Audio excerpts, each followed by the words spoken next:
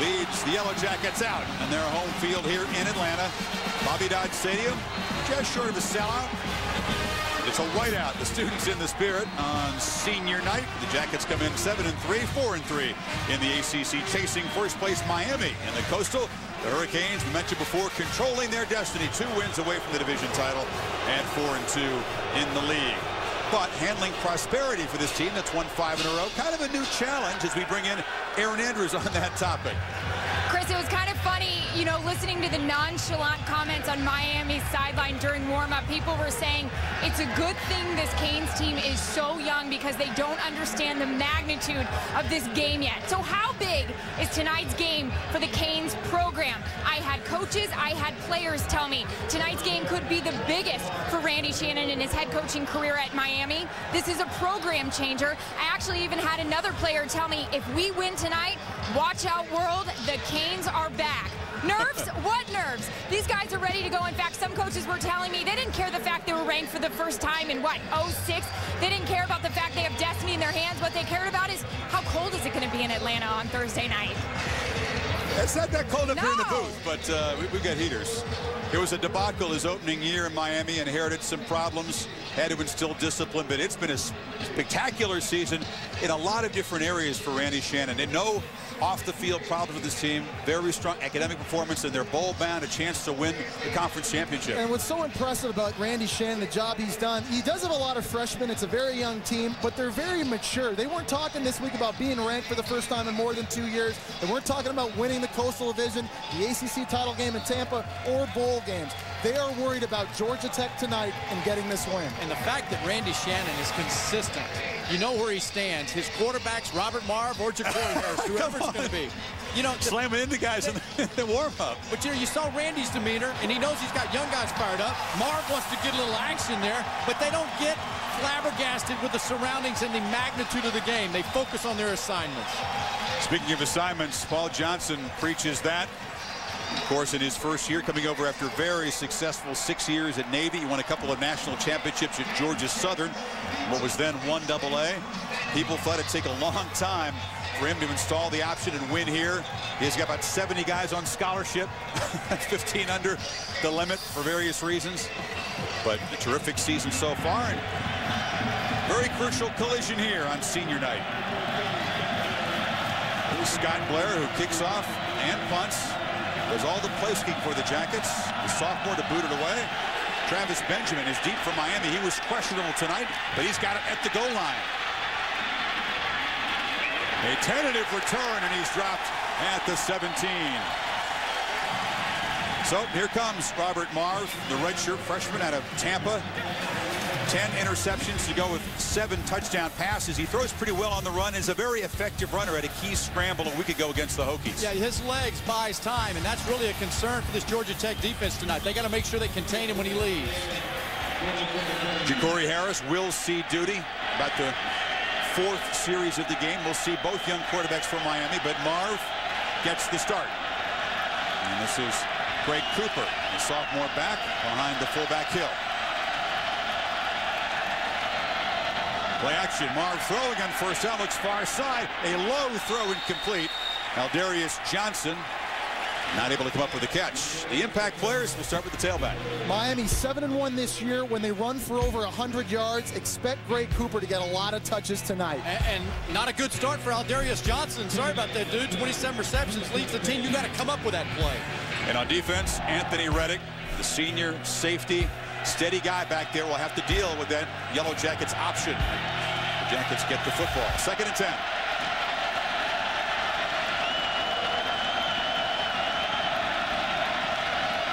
It's Cooper. Has a crease, and Greg Cooper dancing into the secondary and across the 35 for a first down. Cooper Taylor on the stop. There's a Yellow Jacket slow to get up. It's the linebacker Cedric Griffin. 20-yard gain. This play should have been stopped from the beginning. You're going to see the bottom of your screen. True freshman Rashad Reed, the corner, coming on the blitz. He takes a terrible angle, and that allows Greg Cooper to get out. You talk about angles, and one of the best teachers of that is Greg Schiano, the D coordinator, head coach at Rutgers. He talks about the proper angles. We've watched him at practice. Remember, Fowler, when you sit there and you say these guys, if you take the wrong angle, you're going to run beyond the play. They crossed him up. They probably were expecting a pass right on 2nd and 10. So he's coming off the corner, headed for the quarterback. You mean all of a sudden has to adjust? We're assuming then that Patrick Nix has established a rhythm here and a routine with this offense already? I'm not saying that. There's the guy who, of course, is back at Georgia Tech. He called the plays for Chan Gailey, who was let go after this season, and he knows many of these Jackets players very well. We'll take a quick break. Back in Atlanta, we love the pageantry, the balloons and everything, but that got caught on the wire that controls our sky cam. We can't use the camera till those balloons are removed, so guess who gets that job? Eric Sorensen. Oh, man. Scaling the light tower. Looks like you need to call Spider-Man. That is a job I do not want. What a great crew.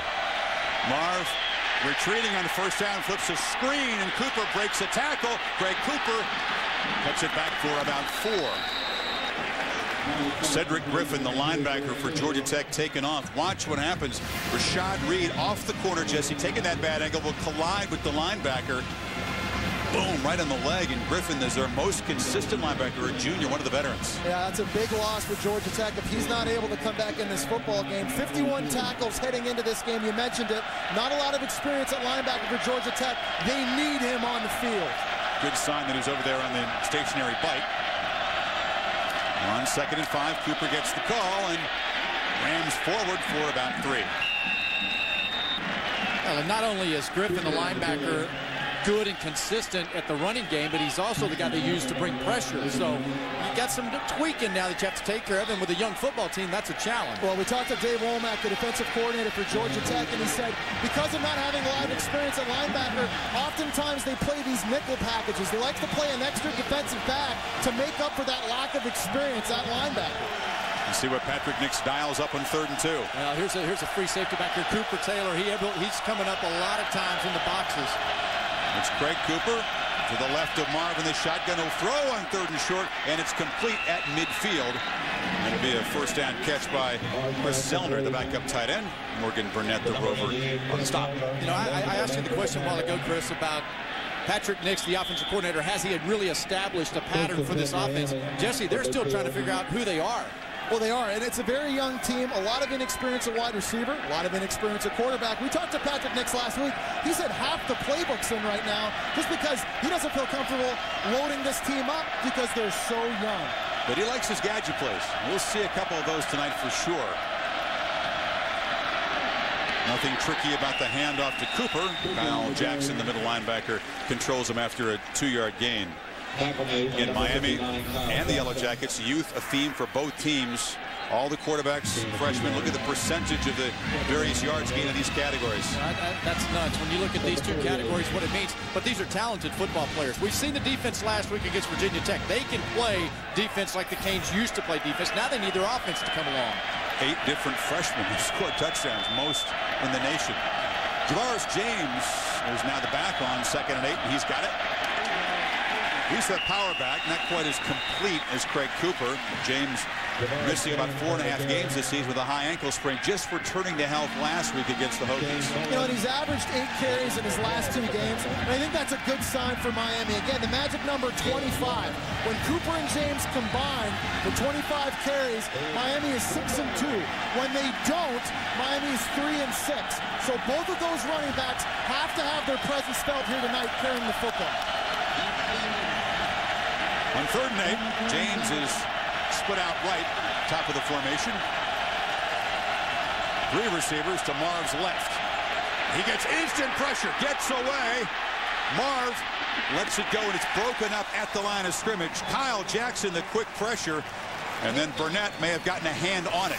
You know, this is against tendencies for Georgia Tech. This is the old John Tenuta style. Bring the blitz. This defense this season has been much more used to pressure of the defensive line. So that confused the blocking of Miami. Robert Marv there showing you the inexperience. Clock has to go off on 3rd down. You have to expect pressure. So Matt Bosher, the sophomore, he does all the kicking and punting for Miami, trying to pin the Jackets deep. It's a very short punt taken by Andrew Smith at the 15-yard line. 32 yards on the punt, and here comes Josh Nesbitt, the sophomore. Still not 100% with that ankle. He's been oft injured this year, hamstring and so on. came out of high school as a passing quarterback in the spread, but he's a very effective runner, and they need him to stay healthy tonight. Paul Johnson pregame watching Nesbitt. His concern, Jesse, is mentally. Can he handle it mentally out there, not physically? His biggest job in these games, he told us, was to get the team in the right place. He has the choice when it comes to the line of scrimmage, which direction to set the play. He's got to do a great job of that tonight. Nesbitt on the reverse. And pulling up to throw is Demarius Thomas, who throws it back across to Lucas Cox. And it's Johnson who pulls a gadget play to start this game. That's a wide receiver throw to what they call the A-back. Yeah, watch this over here, that A-back on the left side. Watch Cox, how he just kind of drifts in there, bounces off a few folks. That's great, great patience. They ran this play 2 weeks ago at UNC, except Demarius Thomas kept the football. Now you see the wrinkle, you see the playbook from Paul Johnson opening up.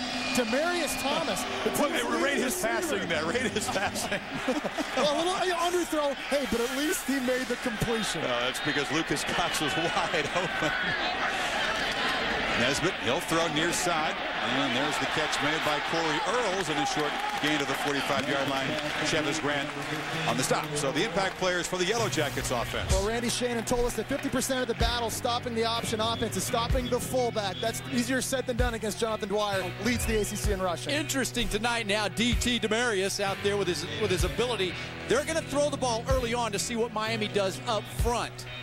And on defense, we've already seen Morgan Burnett breaking up the pass on third down. He has 6 interceptions, tied with a bunch of guys for the national lead. 2nd and 3. And they throw it again. Far side complete to Thomas, who breaks the tackle. This is what he does. Catch the ball and run with it, not throw it so much. I'm surprised right now. Bill Young, the defensive coordinator at Miami, must be surprised right now. Here's a team averaging 250 yards rushing a game, and they've come out on this first drive, and they're throwing it all over the joint. Well, Paul Johnson, pregame, I asked him about throwing the football, and he kind of winked at me. He goes, we're going to see early on what they got out there. All right. So, and it's working. Paul Johnson's a smart guy. He's going to loosen up that front four. When they can pass and catch the defense off guard, a lot more effective. I mean, Nesbitt's only a 48% passer. And they try to work the middle as a flag comes in.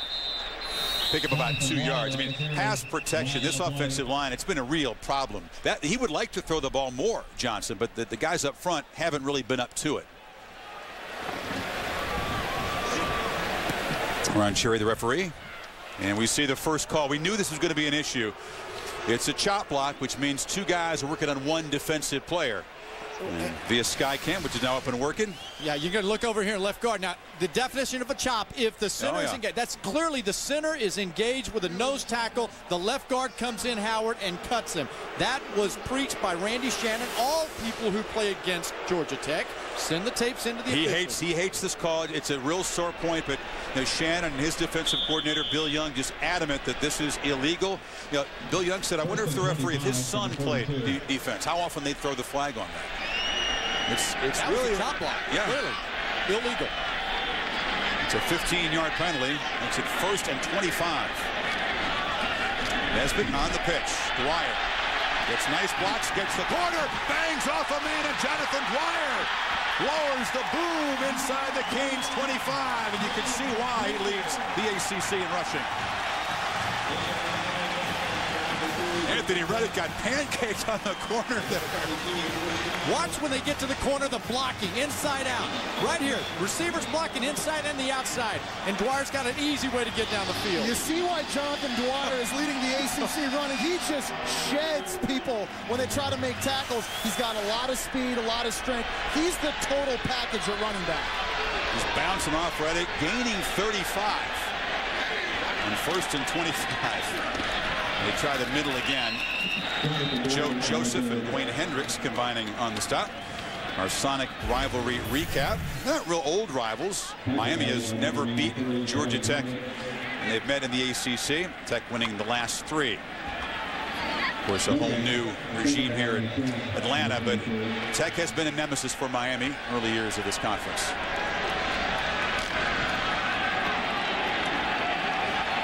Second and 10. Lucas Cox in the backfield. Nesbitt on the reverse to Thomas again. Thomas has the corner. And gets down inside the 10, loses the football, no fumble. No fumble, it's dead at the 9-yard line. So Thomas active, picking up 14 in that running play. Yeah, this is all about the backside, and you're going to see on the backside, watch the lack of, just down the line, blind dog in the meat house here, no containment. Say what? There's a blind dog in the meat house there. He's just he's looking for the meat. Well, you know, Thomas said he made a more decisive cut downfield, might have scored there. Well, how about Georgia Tech getting Demaryius Thomas involved in this game early, running the football as well, not just throwing it to him, getting him touches on the ground. So first and goal. Cox hammered right away. Is that going to be a meat and potatoes play to keep Miami's defense honest, those inside runs? They haven't worked so far. I think it makes sense right now. Very, very off balance. Here's an area of concern for Miami's defense being in the red zone. 28 possessions this year. They've given up 23 touchdowns. They have been awful in the red zone all year. Bill Young has not been able to find the magic formula. They've blitzed people. They've played coverage. They've mixed up their fronts. It has not worked yet. And we're in here, the 11th game of the season. Nesbitt, quick count, keeps it. Muscles forward for about 2. It'll be third and goal at the 6. To expand on your comment, your question, yes, it's a setup offense. It's a patient offense. And it's really right now working the eyes of that defensive line. We've seen the reverses now. We've seen a lot of different looks trying to make Miami's guys stay at home. I think what's so tough about playing this style of offense is that it forces everybody on defense to be mentally in it each and every play.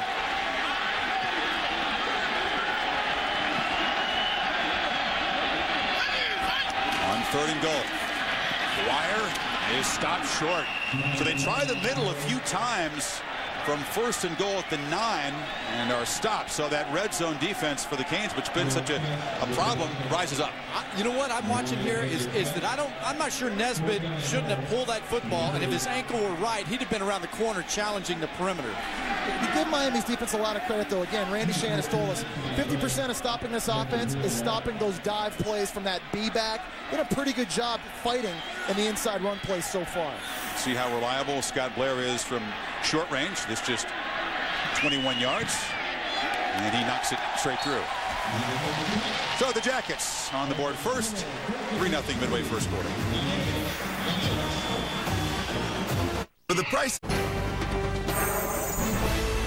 ESPN's College Football Primetime is presented by Applebee's, it's a whole new neighborhood, and Nissan, passionate about performance and proud sponsor of the Heisman Trophy.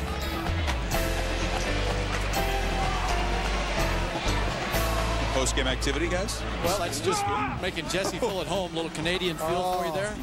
The weather outside, seeing the ice. This guy right there, see if that's Paul Johnson. He's talking to the offense. There is no offensive coordinator by title for this team. He calls all the plays. Always has. 10-play, 81-yard drive. They had some guys nicked up. Aaron Andrews reporting that Nesbitt was limping around. Demaryius Thomas, such a big part of that drive. Complaining about a hip problem as well. So we'll monitor the health of the Jackets offense after that successful drive. This is Benjamin. Tell you what, he looks kind of tentative in there. He's kind of tiptoeing into that first line of coverage guys for Georgia Tech. He came in maybe favoring an ankle as well and limping. Aaron, to you.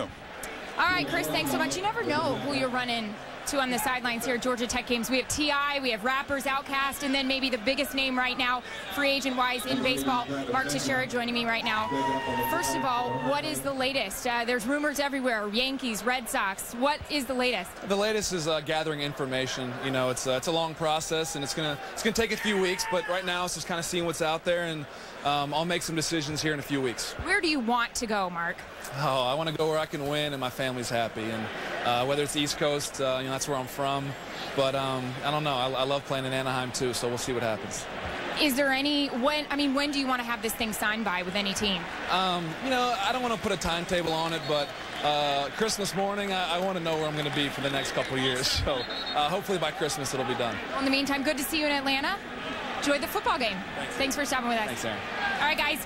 Aaron working hard down there trying to break it. There's Jason Veritek, all kind of baseball guys down here. How about that? I tell you what, Teixeira's going to get enough money that he could become a part of congressional talks with a Bill Act plan.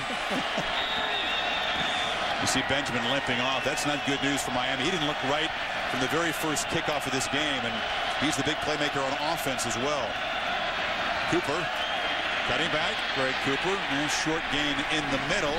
Morgan Burnett tackles him. Here's what re-aggravated Benjamin's injury on that kickoff return. Yeah, but you were right, Chris. He didn't have a lot of power in those cuts, and I don't know about that. Get him out of there. Well, just running very tentatively, you can't have that on your team returning kicks. You got to have a guy who's fearless back there. Benjamin only hurting his team if he's playing hurt, returning kicks right now. Yeah, he ruins a 4.2 640, but on an ankle like that, it's about 6.26. About doing anything to help your team.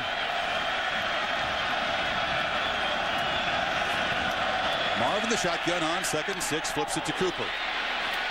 And Cooper pass was partially deflected before it got to him. Darrell Richard, the excellent senior defensive tackle on the perimeter for the tackle. He's very close to a first down, but it'll be 3rd and short. Morgan got a hand on that ball before it got to Cooper.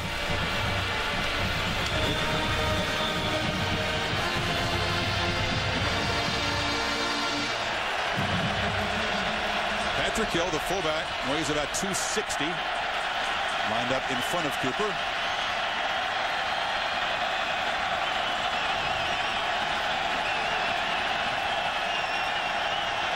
Four on the play clock.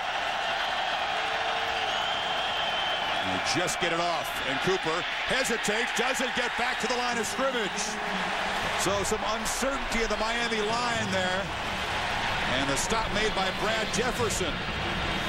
Canes have the punt. Boy, you talk about penetration and defensive line. Watch the push, the hit right here at the point of attack.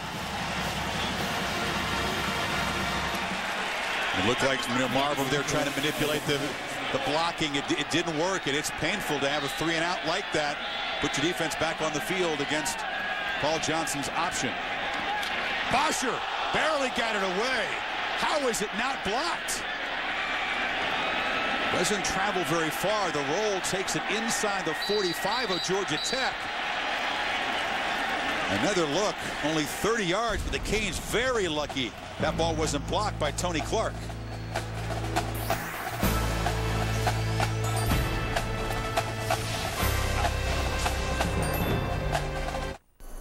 What is he doing? Said something about not driving through Texas without getting a shot of a bull. Guys! Ooh. Maybe we should help him. First one to get an empty chip? Taco Bell's new fully loaded nachos, loaded with toppings so there are no empty chips. Not it. Not it. He seems angry! Not it. Not it. Not it. Oh, not it. What is wrong with you? Taco Bell's new fully loaded nachos. Not it. At a time when others don't, Nissan delivers. 0% financing on many of Nissan's most popular models. Nissan delivers. Attractive lease options on our full line of vehicles. Nissan delivers. A Nissan Altima or Rogue for only $199 a month. Or a brand new Versa for under $10,000. When you need it most, Nissan delivers. We Music is entertainment for the entire family, from young kids to mom and dad to grandma and grandpa. There's 60 instruments that you can play. You can play the drums, you can play the violin, you can make music videos. I always wanted to be a musician.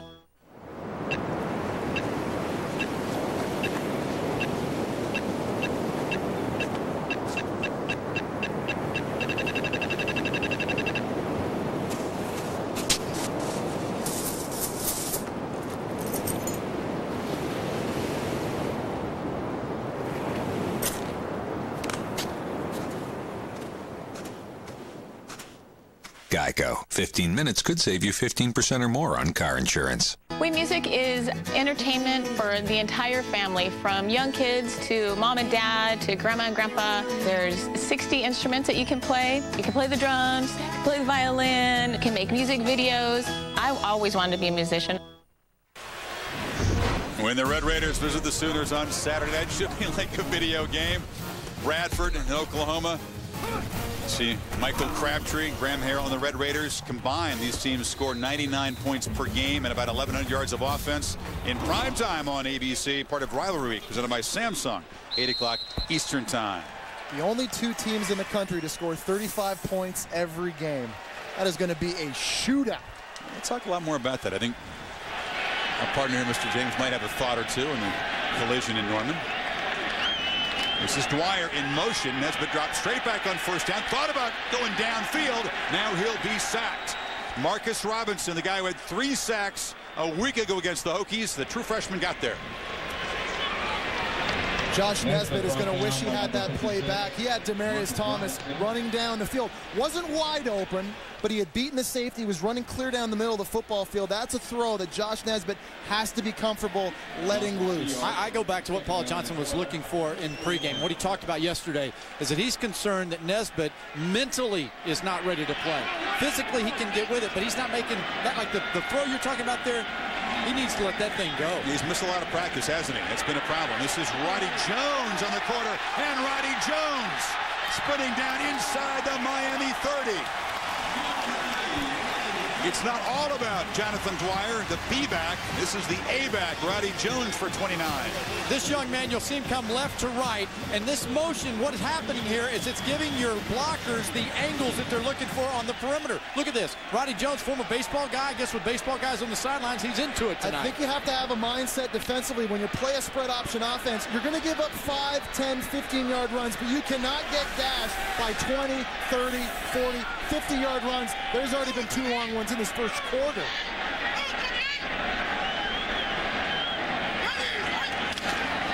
Nesbitt keeps it and manages to squeeze about 1.5 yards out on first down. Stephen Wesley on the stop. You could already see how little fun it is to play defensive line against this offense. You see blockers just diving at the knees. I mean, it's legal stuff as long as you're not having another guy block you up top. It's just not fun.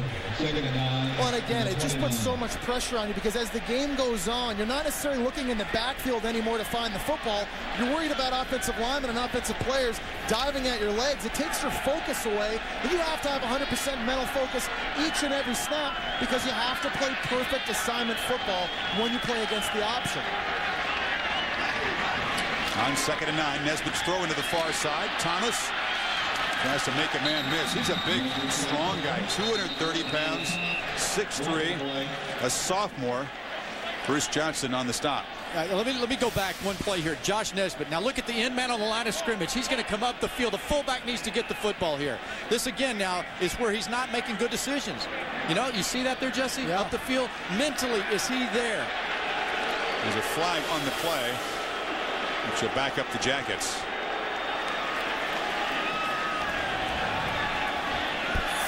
Hold 81.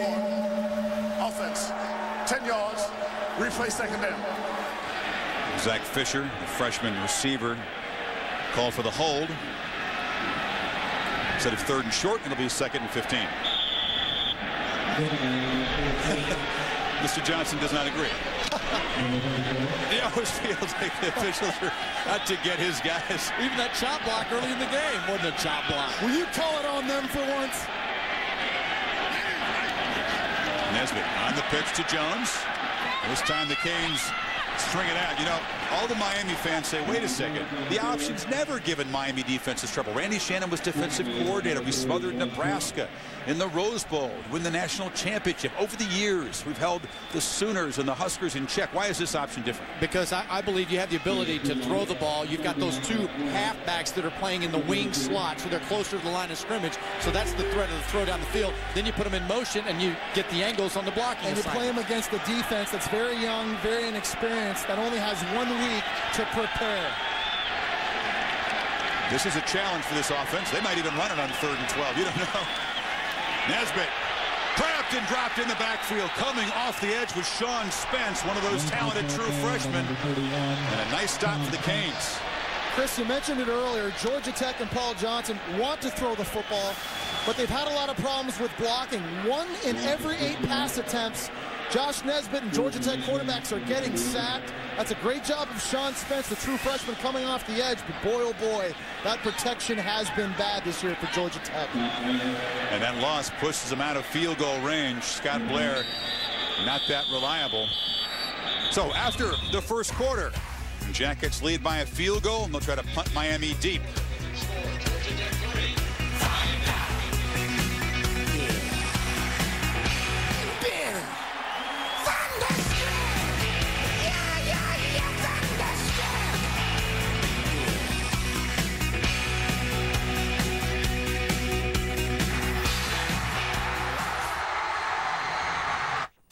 Saturday, Michigan State, Penn State, 3:30 Eastern on ABC. It took me. Start of the second quarter here in Atlanta. Yellow Jackets up 3-0 and about to punt. This is Scott Blair trying to pin the Canes deep, but boots that one well into the end zone. It's a very proud week for Georgia Tech because the Space Shuttle Endeavor launched last Friday, and of the 7 in the crew, 3 are Georgia Tech graduates. The pilot, Colonel Eric Bowe, Lieutenant Colonel Robert S. Kimbrough. We saw Sandra Magnus there, flight engineer. Thanks for a larger international. Shuttle took off, flight number 126. They only have 9 more to go before the Space Shuttle is retired, and it circled right over downtown Atlanta at 6:15. Looking up at the space station there, it's pretty good stuff right overhead here. That is really cool. That's awesome. They are very excited to have 3 graduates from Georgia Tech involved in the space program. Excellent aerospace engineering program here for Tech. It's a first down throw for Marv. Looks downfield. High throw over the head of Sam Shields. He got hit as he threw, and a flag is down. By the way, this is a guy that just so close to making the cut, the space shuttle launch, but just missed out. It's because he wouldn't stop dancing once he got inside. You know, you're floating around in there, you need your space, and this guy... It's just a lot of time in the simulator, maybe a little too much. Maybe a little too much oxygen. Not enough. Now you see that the penalty against Miami backing the Canes up. They've been so penalty-free last week. Shannon just harping on this, drilling his team in practice after the Virginia game when they had 12 flags, only 1 against the Hokies. Personal foul. Face mask. 61. Offense. Half the distance to the goal. Replay the down. You get the left tackle over here. And it's Jason Fox. And it's clearly a 15-yard penalty. Can't do it even if the offensive guy is the one grabbing. Which really helps out Georgia Tech after that bad punt by their punter. They hand it off to Javaris James. He's wrestled down. Tony Clark there, among others. Miami just 45 yards in the opening quarter. Tech had 125, twice inside the Canes 30, but only 3 points to show for it. Yeah, you know, I think it's really, really critical for Georgia Tech's defense tonight to really take away that running game. This Georgia Tech defense has been so good against the pass this year. They're 10th in the nation, but they have 15 picks. If they can force these young quarterbacks of Miami to throw the football, good things will happen for Georgia Tech. Yeah, there's that big defensive line. Watch the push that the defensive line gets. They're only going to bring 4 most of the time, 5 this one. There's a throw to James. And he is pushed out at the 27 by Tony Clark. It'll set up a 3rd and short. There's a lot of difference between this defense and John Tenuda's from last year. Tenuda left, went to Notre Dame. This defense last year used to come all the time with blitz, blitz, blitz. Now with that great defensive line you're talking about, Jesse, they can be much more plain in the background. And it allows them to be more multiple. They can run different coverages. They can run different pressures. And I think that plays into their hands again tonight because of the inexperience of quarterback for Miami. It's going to be hard for Robert Marvin, Ja'Cory Harris to get a read on what Georgia Tech is doing because of that great D-line you just mentioned, Craig. Dave Womack, the coordinator, years at Arkansas, Southern Miss, South Carolina on their resume. See what his guys can do on 3rd and 3. Marv has time, intercepted, picked off. Heading for the end zone is Michael Johnson.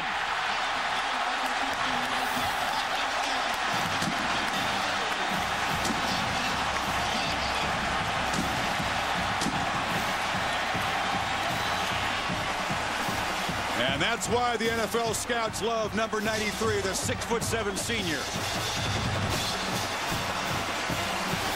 Not even a fire zone, but you're going to see Johnson on the left side. He'll first come into the block and then just backs out basically because he can't get to the quarterback. He's got those long arms. You see him able to shed and get the offensive lineman off him so he can stay on his feet and jump up and make that play. What an athlete. He's the leading sacker in that defensive line. That's his first interception. Takes it back 26 yards. You guys called it. This is a very ball-hungry defense. Marv's been interception prone, and now the Canes find themselves in a 10-zip hole on the road.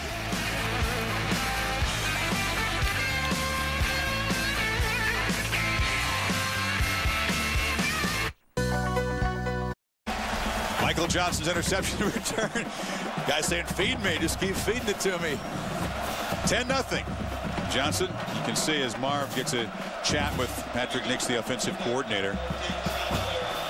Johnson's defense getting in the end zone. Michael Johnson, you can see why they like him so much. 5% body fat, 6'7", kind of lean. He's not going to overpower a rusher. And they try the offside kick, and it doesn't work.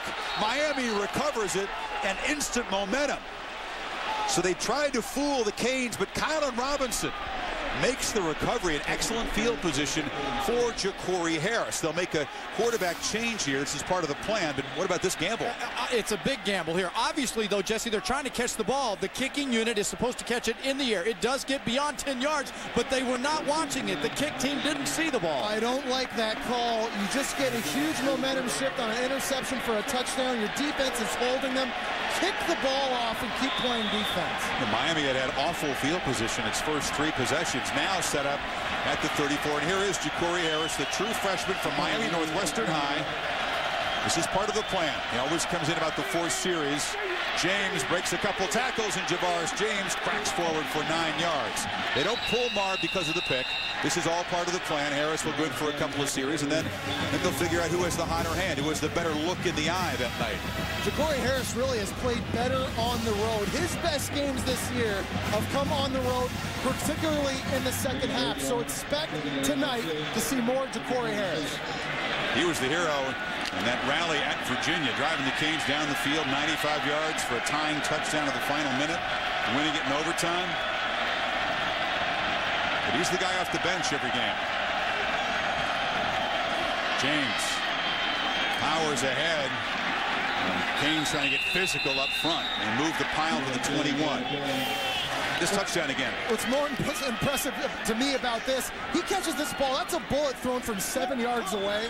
Michael Johnson plucks it out of the air with his hands. There are a lot of wide receivers that would drop that ball. And again, going back to that punt that Georgia Tech kicked in for the touchback, and then the penalty against Miami that backed him up, that put the pressure on the offense not to make a mistake. Rare talent, but very common name. There's 500 Michael Johnsons on Facebook. 72 in the Atlanta phone book. You know that? In the I formation, Harris keeps it. Flips it downfield. Intercepted again. This is Rashad Reed. True freshman picking off true freshman.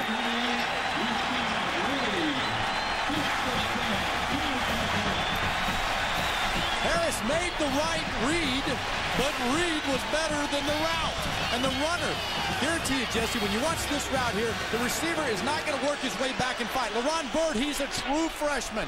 Look at him sit there, waiting on the football. You have to attack the football and protect your quarterback, particularly when you're running out-breaking routes. That's a good comeback run when he gets to the top of his stem, but he's got to put his foot in the ground and attack the sideline to protect Ja'Cory Harris. He did not do that there. Interceptions continue to be a problem for this Miami offense. 2 of them within a minute 20. So the Jackets at their 15, and Dwyer muscles free.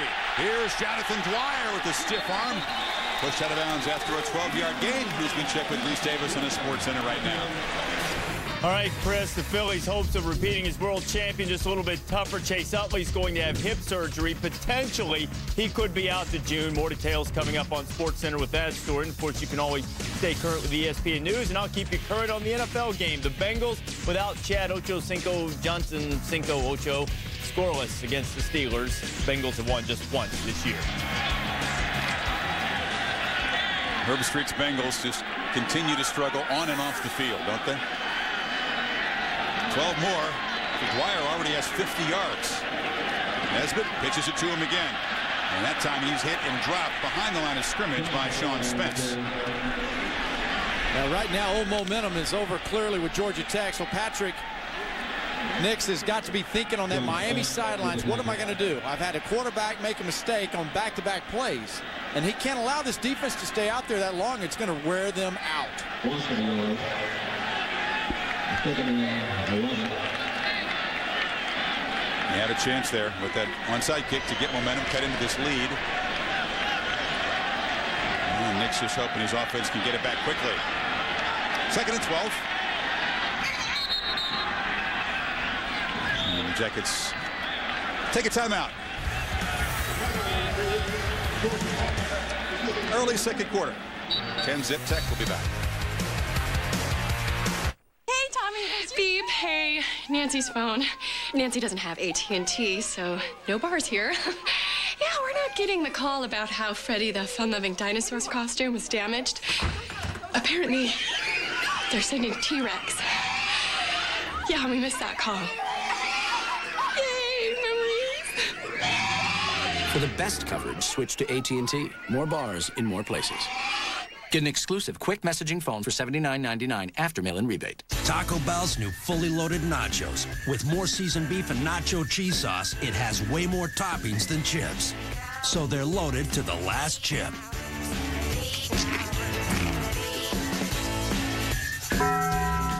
At Ace, Santa's helpers are helping you plan ahead for the holidays. Wednesday through Monday, buy a 100 count of mini lights for just $6.99. When it comes to holiday decorations, Ace is the place to find everything you'll need.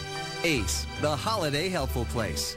One for a man in a little van, get there with ease, hair in the breeze. One for commuter on motor scooter, rolls down a hill, bugs in her grill. One for the sport, where all the shorts are very tight, made for a bike. One for a nun, out for a run, wrist keeps a log, what she has jogged. One for a Viking, out for some hiking, find the village, he will pillage. Find what you want, find what you wish, there's even one to find a fish. Give a garment, find something fun for everyone. Garmin.com, Garmin.com. Black hot coffee, please. Excuse me? Can I get black coffee?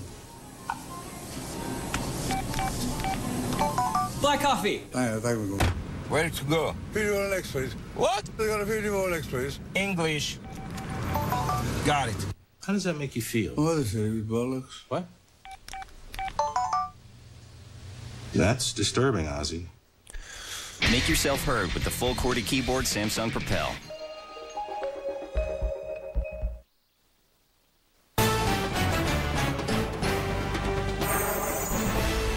ESPN's College Football Primetime, brought to you by the new AT&T. Your world delivered. World's busiest airport, Hart Field here. It's where all the fans, you see them going to games on Friday, whether it's an SEC or an ACC game, all dressed up.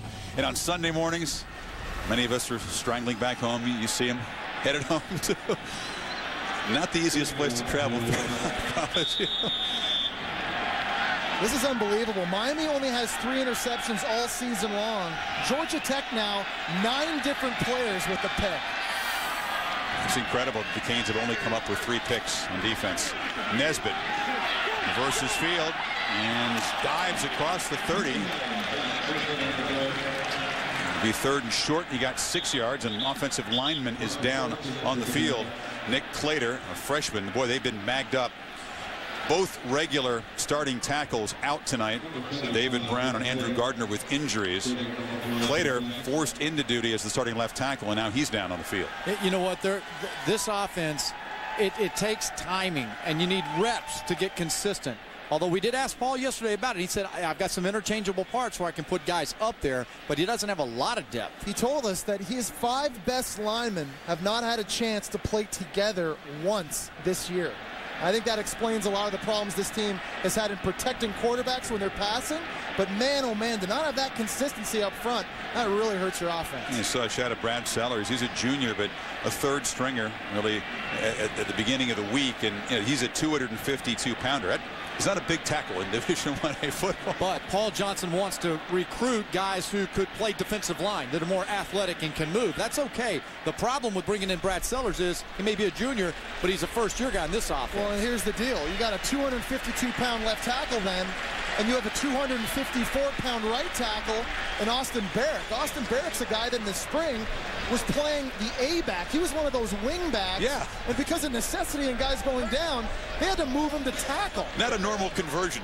Wing back to left tackle. How would you feel if you were playing quarterback? Well, that's what I was going to say. You sound like a quarterback worried about the numbers up front. I'm feeling for Nesbitt right now. Hey, you're saying, Craig, it's no big deal. The tackles are 250. I know he wants athletic linemen. That's a little light in the britches. Yeah, it is pass blocking, but you see how they do the cut blocking and they get in there. Yeah. They're not challenging those big guys up top. They're cutting their legs out. Well, let's see if this makeshift offensive line can do their job on 3rd and 5. Nesbitt On the roll, gets quick pressure, fires, incomplete. Wait, flying off the edge with quick pressure was the middle linebacker, Glenn Cook. Nesbitt had to get rid of it, and he's limping back to his sideline. He's still not right. And I totally get what Coach Johnson's talking about with his quarterback, because mentally I'm not sure that he could put that foot in the ground and grind it and power through it and make the throw. You have to play with unconscious confidence at quarterback. You got to be able to throw balls, put your foot in the ground, and deliver and pull the trigger. You cannot play hesitant and be successful playing quarterback. Deron Collier is the slot receiver in Miami's offense. Back to receive the punt of Scott Blair. It's a short kick. Collier lets it bounce, and it heads out of bounds. Almost looked like it hit one of the out men. Miami will take over near the 40-yard line. The Nittany Lions of Penn State win away from clinching a spot in the Rose Bowl if they can beat the Spartans.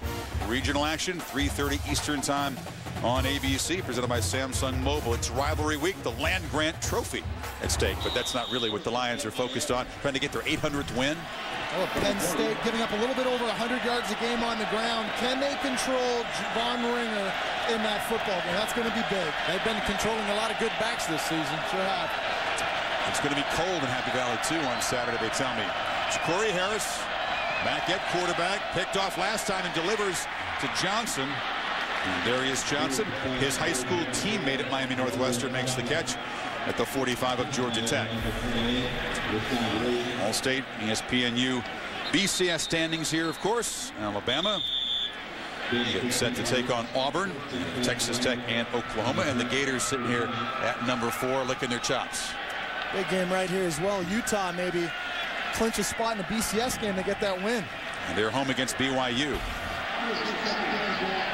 There's Marv. He'll almost certainly come back into this game. Harris getting a couple of series, as is the pattern.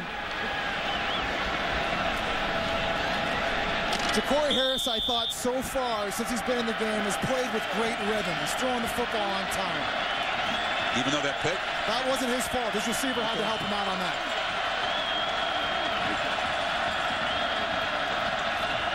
First down give to Cooper.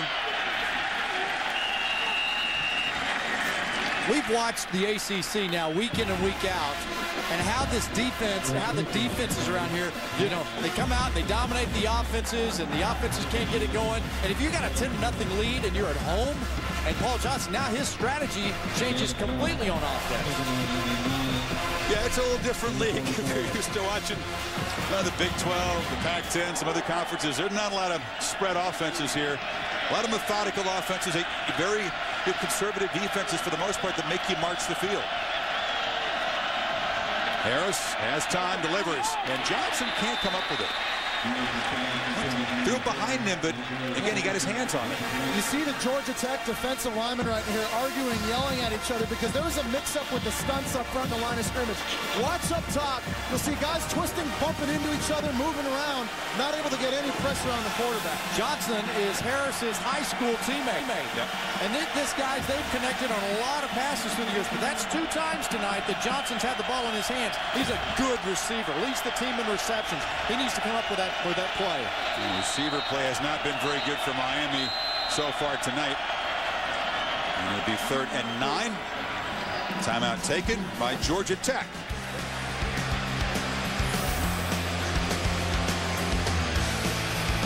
Looks like a sandwich with the taste of a prime rib dinner. Quizno's newest prime rib, only $3.99. Slow roasted and sliced thin with an extra layer of prime rib piled high. Real prime rib for $3.99? Only at Quizno's. Quizno's. LT is fast. Very fast. Fortunately, the pixels you're watching are fast too. They're refreshing at a rate of 120 hertz, twice the speed of most HD TVs.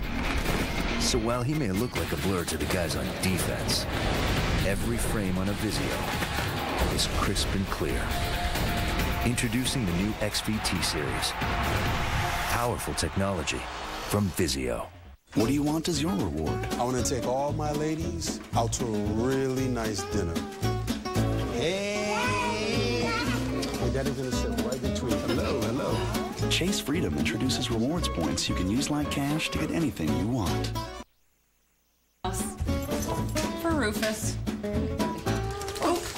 Rufus, what kind of house would suit you? With the Chase Freedom credit card, use your points to get any item, any place. Freedom matters. Chase what matters. Rated Teen. Get the AC/DC Live Track Pack, available only at Walmart. And the Rock Band Special Edition Bundle for Wii and PlayStation 2, now starting at $99.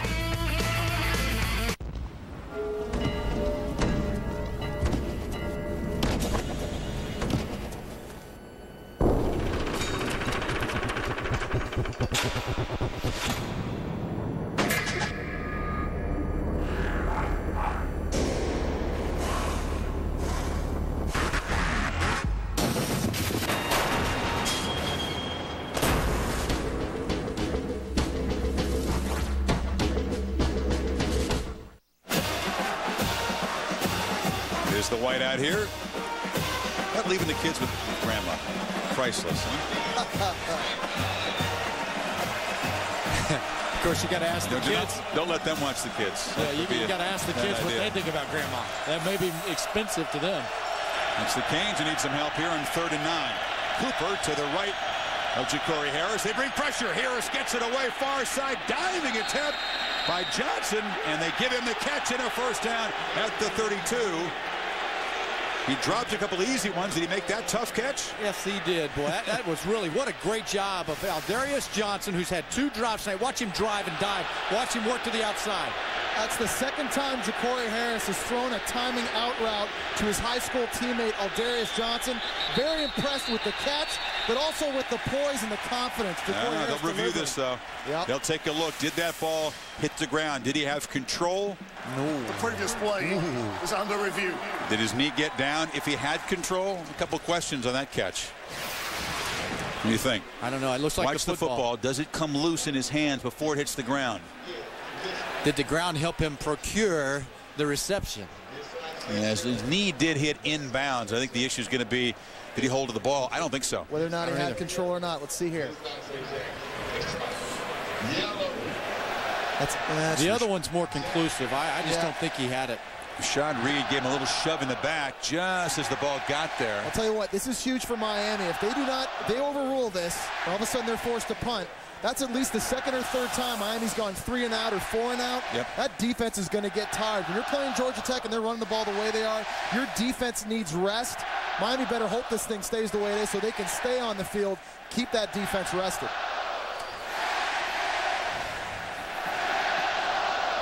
And Johnson, 27 catches. They spread the ball around, but he is the leading receiver coming in. Had a catch in every game but one. And again, as part of that Miami Northwestern high school powerhouse, 7 guys off that team last year with the Canes, including Harris and Johnson.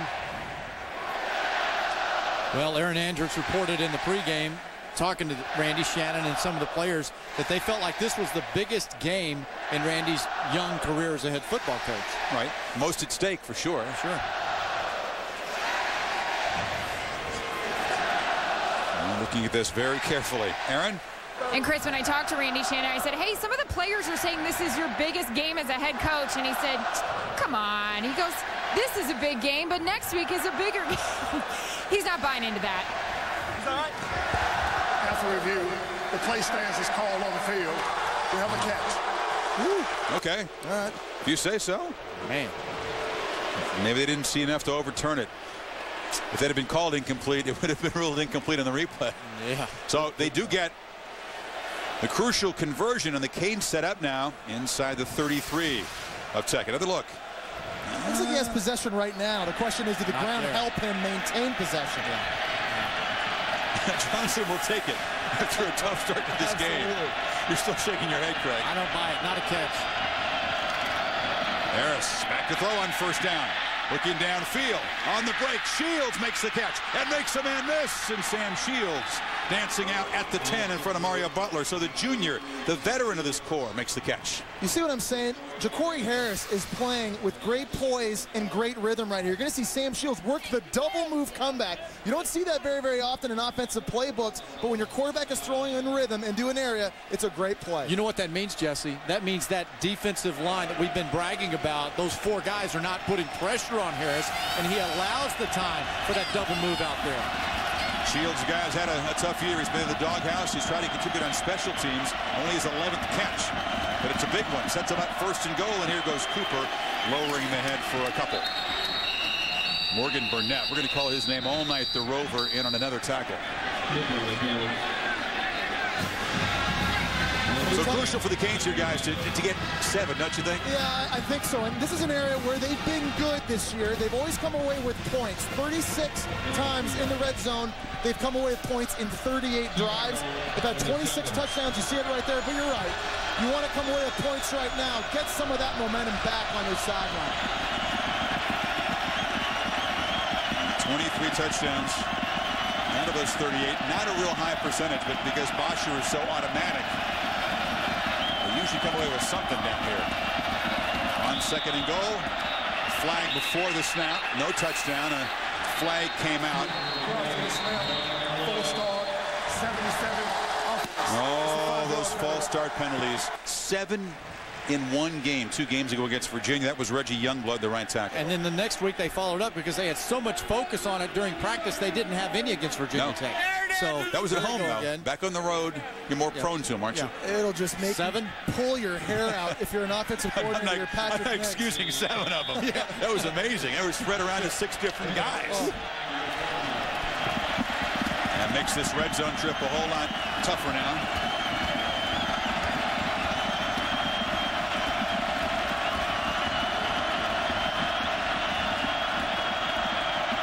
Pressured, fires short, complete. Epps muscles to the 6-yard line. First catch for Diedrich Epps, the junior tight end. Yeah, here on 3rd down now, you got to be smart about it offensively. Nix needs to dial something up with a chance to get to the end zone, but he doesn't want to mess it up where they can't at least get points on the scoreboard. Absolutely right. And again, as an offensive coordinator now, you're wondering defensively, Dave Lermack going to play coverage, or is he going to bring pressure? And if he does bring pressure, is Ja'Cory Harris comfortable enough in this offense to know where he has to go with it right away? There's Craig Cooper. He's set wide, the bottom of the formation. 3 receivers to the left of Harris.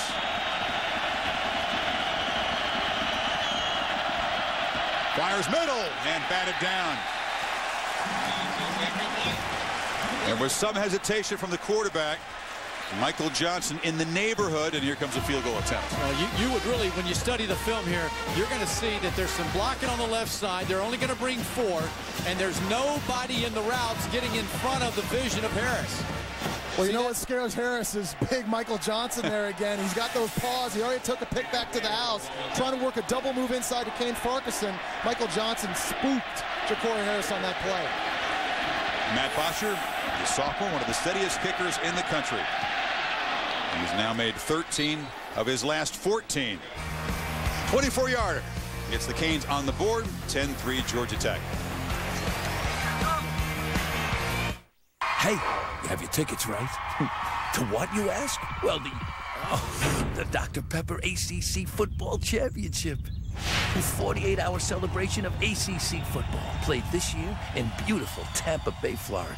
You know, palm trees, sandy beaches, and this year, a lot of ACC football action.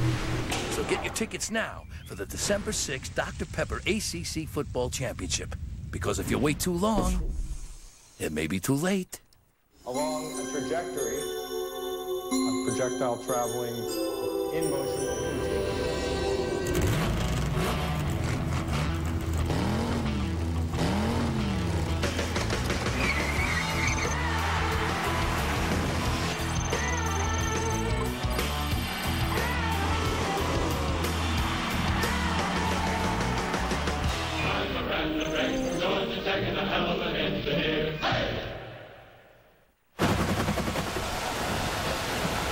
This camp is situated near downtown Atlanta. There's the Atlanta Underground. Of course, this city will be the scene of the SEC championship game in a couple of weeks, and it'll be rocking. The Gators and the Crimson Tide, perhaps a de facto semifinal game for the BCS championship. Both teams can win out. That's exactly what that football game becomes. Very short kickoff. And it's Roddy Jones, the wingback. Roddy Jones gets a couple of blocks and barrels out across the 40. So good field position for Paul Johnson's offense. Arthur Brown making the tackle. NBA action on Friday, a doubleheader starting with the Rockets and the Wizards at 7 Eastern time, followed by the Hornets and the Thunder. NBA Friday also available on ESPN360.com. Yao Ming, I see he got nicked up a little again. Rockets center. How do you find time to follow the NBA? Well, you follow the Rockets? Absolutely. Well, I grew up in Houston, so you know, yeah, I got a little bit of Rocket flair there. I admire the fact that you even have time to check the standings.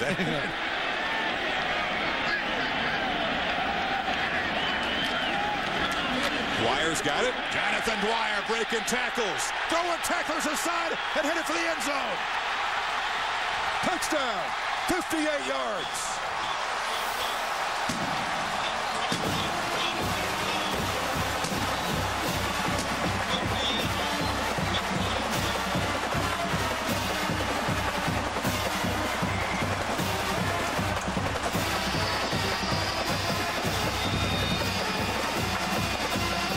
That man knows defense. Now, this is the best running back in the ACC in 2008. Had the 2 longest runs in the conference all year because of plays like that. He's strong. He breaks tackles. And with this defense, there's not much help back there, is there? Where are the safeties? Scott Blair gives Georgia Tech a 14-point lead. Dwyer already over 100 yards. I can answer your question. Where are the safeties? There are so many different assignments when you're playing against an option football team that many times, I mean, watching in our film study, the 3 of us yesterday watching the Florida State game.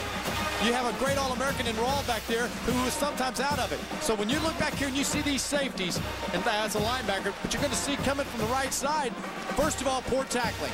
Next of all, the safeties, Chris, you see them? They're so focused on the backfield, Jesse, they never see really what they're trying to do with the football. You just saw Randy Shannon yelling at his outside linebacker, Romeo Davis. Romeo Davis was in charge of the dive on that play. He squeezed too far inside, lost his contain, and that's what allowed Jonathan Dwyer to get outside, and he was off to the races. Romeo, we're out the Romeo. Boy, and Anthony Not Reddick, in the right place on that play. And Anthony Reddick was the guy that was supposed to have had a big game. They were counting on him in the secondary to come up and make plays and tackles. You got to go low on Dwyer. He's strong, good-looking kid. Diesel, they call him, huh? Boy, he is. He just throws tacklers aside. And at 228, he can move. Came to Georgia Tech, was recruited by Paul Johnson to go to Navy, but said his eyes lit up when he found out Paul Johnson was coming back to Georgia Tech. All the running backs knew they were going to get a chance to get carries, and here Jonathan Dwyer is atop the ACC in rushing yards. You can see career rushing touchdowns in the ACC. Dwyer, just a sophomore, but he's on the chart. He's going to have a whole lot of records if he sticks around here for 4 years. And the kick is taken at the 1 by Brandon Harris. And he's cut down at the 24. Canes back to work, down by 14 now as we check back with Reese Davis. All right, CF, just a real quick peek over on ESPN2, the 2K Sports Classic benefiting Coaches versus Cancer, Duke and Southern Illinois. The Blue Devils right now working on a double-figure lead. Nice night for John Shire, who's into double figures. Winner gets the winner of UCLA and Michigan.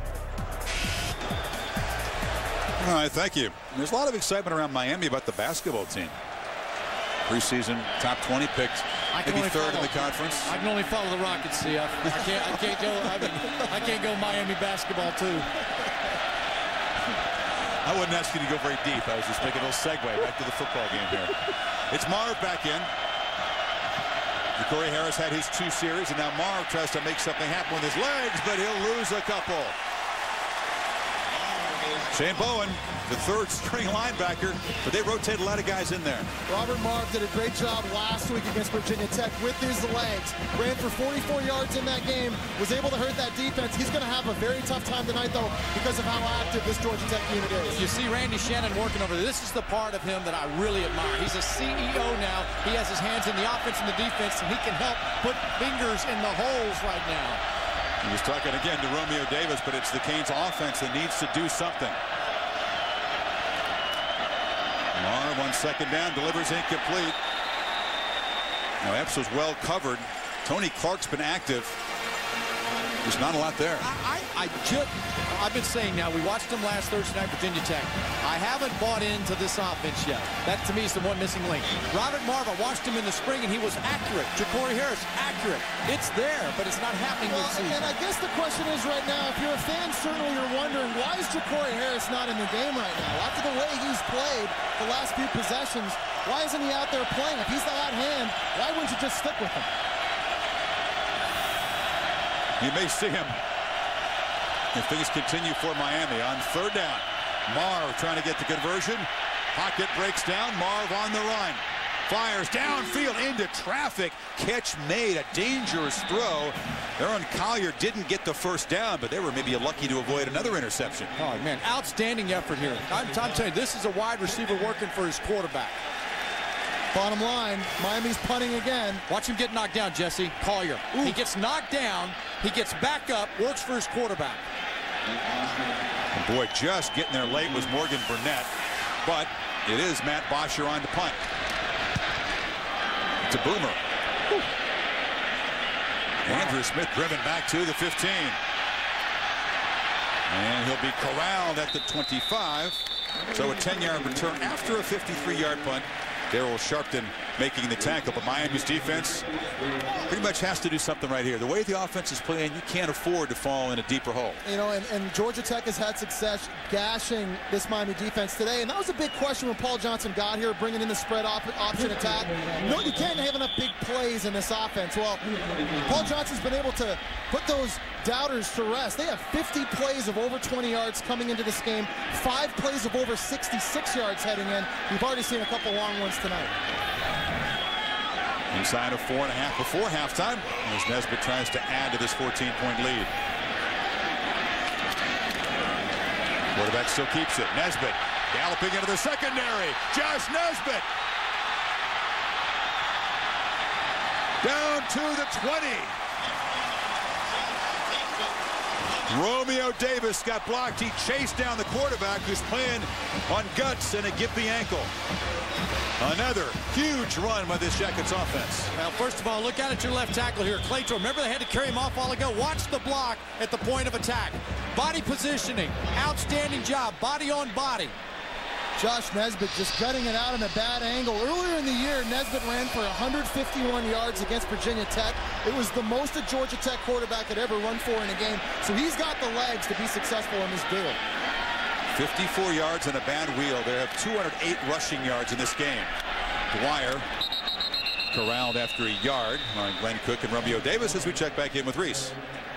All right, Chris, coming up on the Pontiac Performance Halftime Report, another week, another Big 12 showdown. We'll tell you what the keys will be for Oklahoma and Texas Tech, and the most ludicrous Dr. Lou episode ever, and we'll also decide whether coaches in waiting, good idea or bad idea. Mark and Lou will join me. We'll see you guys in just a bit. All right, Reese, ludicrous and Dr. Lou in the same sentence. Ludicrous from Atlanta. So is T.I., right? He's on the sidelines also down from here. Atlanta. Dwyer spinning inside the 10. First and goal, Georgia Tech. Watch the run by Nesbitt. He almost gets to the end zone before Davis can grab him. Is this by the hand warmer? Is that what he's grabbing here? You know, hey, look at that. That's crazy. Guess who that is making the tackle? That's Romeo Davis, who just got chewed out last surge. But how did he make the tackle? On the hand warmer? What makes you think to grab onto that? What if it breaks away? What if it's a tearaway hand warmer? What the heck was he thinking? That's all I could get a hold of. That's a 10-yard drag. That's like a dog sled. On first and goal, Dwyer down to the 5. Again, there's Romeo Davis, a more conventional tackle. You know, you're talking about this offense, the big play offense here of Georgia Tech. The fact that they do it on the ground, it's misleading. You know, this is a team that explodes. They have big plays, and defenses just kind of lull them to sleep. But early in the game, Jesse, remember we saw the passing by Georgia Tech that surprised everybody? It softened them up, and it's allowed some gashes inside. 223 yards on the ground right now for Georgia Tech running the football. They're almost at their season average for a game.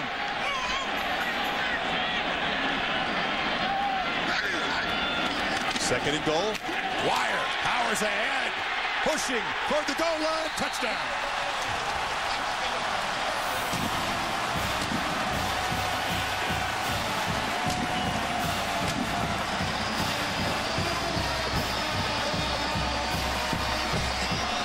Joe Joseph is a 300-pounder, but he could not keep a hold of John Dwyer. And Romeo Davis in that defense getting taken to the woodshed right now by the Jackets' option running game.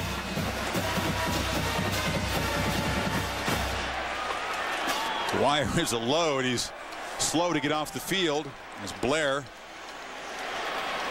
tries to make it a 21-point lead. Miami came in here feeling good about themselves, confident. They have a lot of work to do because the Jackets are going to get the ball to start the second half. And there's the big guy Dwyer. Think back to early in the game, Georgia Tech even rolled the dice.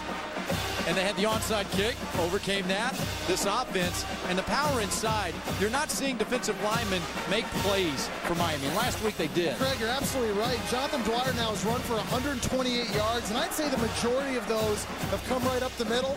Again, going back to what Randy Shannon told us, when you play this style of offense, you have to take away the fullback on the dive runs, and this was the big run Jonathan Dwyer had outside. Aside from that, though, look, it's just been inside, and you see the power, you see the ability to get in open space, and there's the breakaway speed.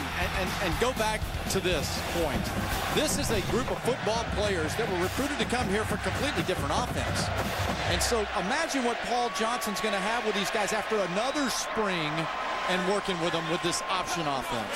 Well, I think that's a good point. How much better will they be when the offensive line is more talented and better versed in this option attack? And when the playbook can expand. We talked about those days at Navy when they could run more things because everybody had been in the system a couple of years. Just wait a couple of years when this young football team starts feeling it in the offense. And look at the drive there, 228. There's a misconception that this is a methodical ball control offense. It's not. They actually have the ball less than their opponents on average. They strike pretty quickly because of the big runs they generate.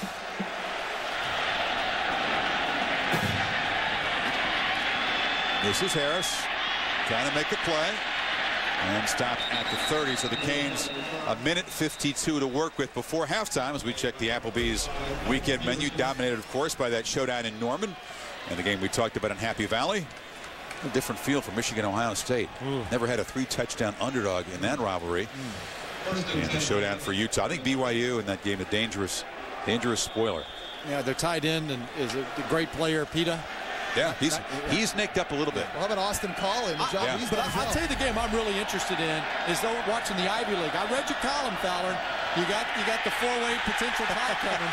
Marv is dropped. Storming in is Ellis Ayebe. So that defense having their way as we check back with Reese for a quick NFL update. All right, Chris, the Bengals and the Steelers are playing. As mentioned, Bengals 1-8-1. They're tied at 7 right now, early second quarter. Ben Roethlisberger's thrown a touchdown pass to an ACC alum, Keith Miller of Virginia. Here's tied up in the second. Buzz and the Jackets enjoying this one on senior night. Canes going backwards. 2nd and 20, and the clock ticking down. Marv will just take off. He's dropped by Michael Johnson. Long arms in that 6'7" frame. Aaron, the injuries starting to pile up on both sides. Absolutely. Well, the one of concern right now, obviously, of Dwyer. I'm watching him right now. Chris Fowler. He's on the bench. They're looking at his left knee. This is serious stuff, Craig James. Listen to me. Stop laughing. They're looking at his left knee. Trainers are coming over and talking to him. I'm just getting the thumbs up right now. But, guys, for Georgia Tech's defense, Dominique Reese and Cedric Griffin, they are out tonight with left knee injuries. Thank you, Ms. Andrews. You're welcome. There's a penalty, by the way. Michael Johnson's going to be flagged after the sack. It's a dead ball. There is no foul on the play. Okay, I take it back. They did throw a flag. We thought maybe flagging Johnson for celebration. He's doing that whole feed me thing that you see in the hip-hop video. I'm not sure Paul Johnson had that feed me attitude deal at Navy. He's down there talking right now trying to figure out what that means exactly. But I don't think the officials know what it means, that's for sure.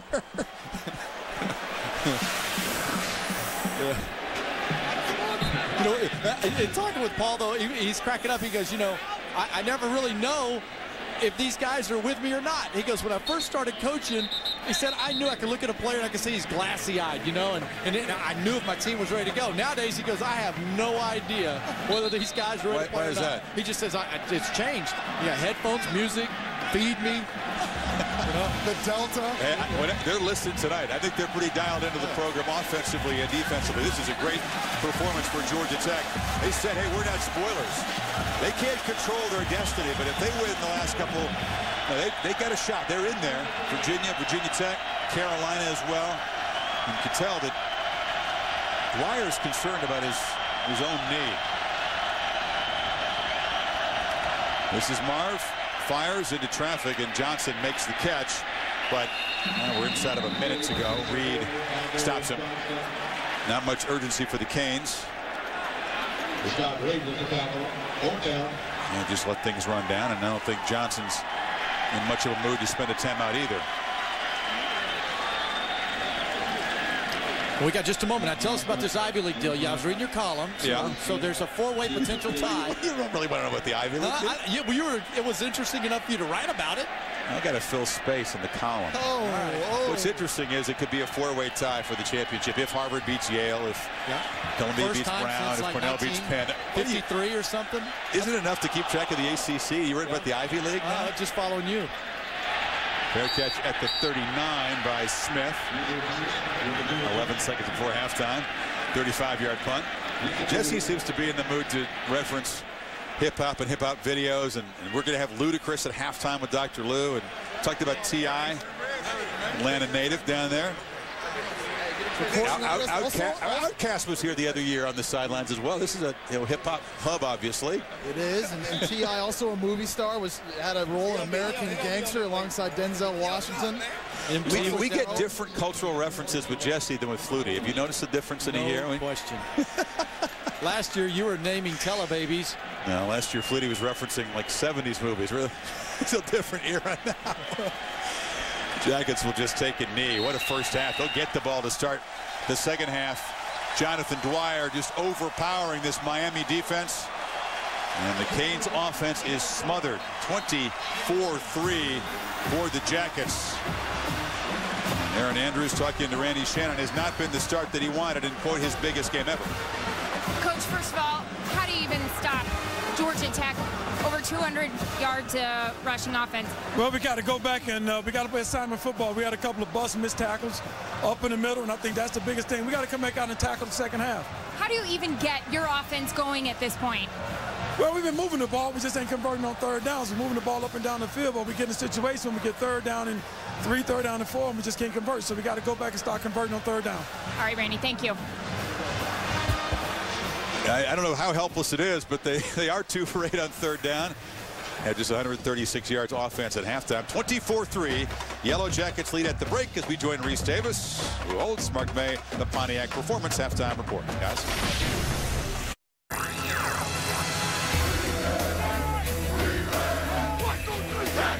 Nesbitt on the pitch. Dwyer gets nice blocks, gets the corner, bangs off a man, and Jonathan Dwyer lowers the boom inside the Canes 25. See what his guys can do on 3rd and 3. Marv has time. Intercepted. Picked off. Heading for the end zone is Michael Johnson. And that's why the NFL scouts love number 93. In the I formation, Harris keeps it. Flips it downfield. Intercepted again. Dwyer's got it. Jonathan Dwyer breaking tackles. Throwing tacklers aside and headed for the end zone. Dwyer powers ahead. Pushing toward the goal line. Touchdown. A first half here in Atlanta dominated by Georgia Tech's running game. 228 yards on the ground, and by the Jackets defense. A couple of interceptions. Chris Fowler, Craig James, Jesse Palmer, Aaron Andrews. The Canes rolled in here with a 5-game winning streak, in control of their destiny. And the ACC Coastal have had no control over this game tonight. How about 10.5 yards per play for the Jackets? Well, that really, when you consider that Miami's doing it at 4.4, that's 10 yards a play. And you got Tech with a bunch of those big long runs, 29, 35, 58, 54. Everybody thought Paul Johnson didn't have an explosive offense.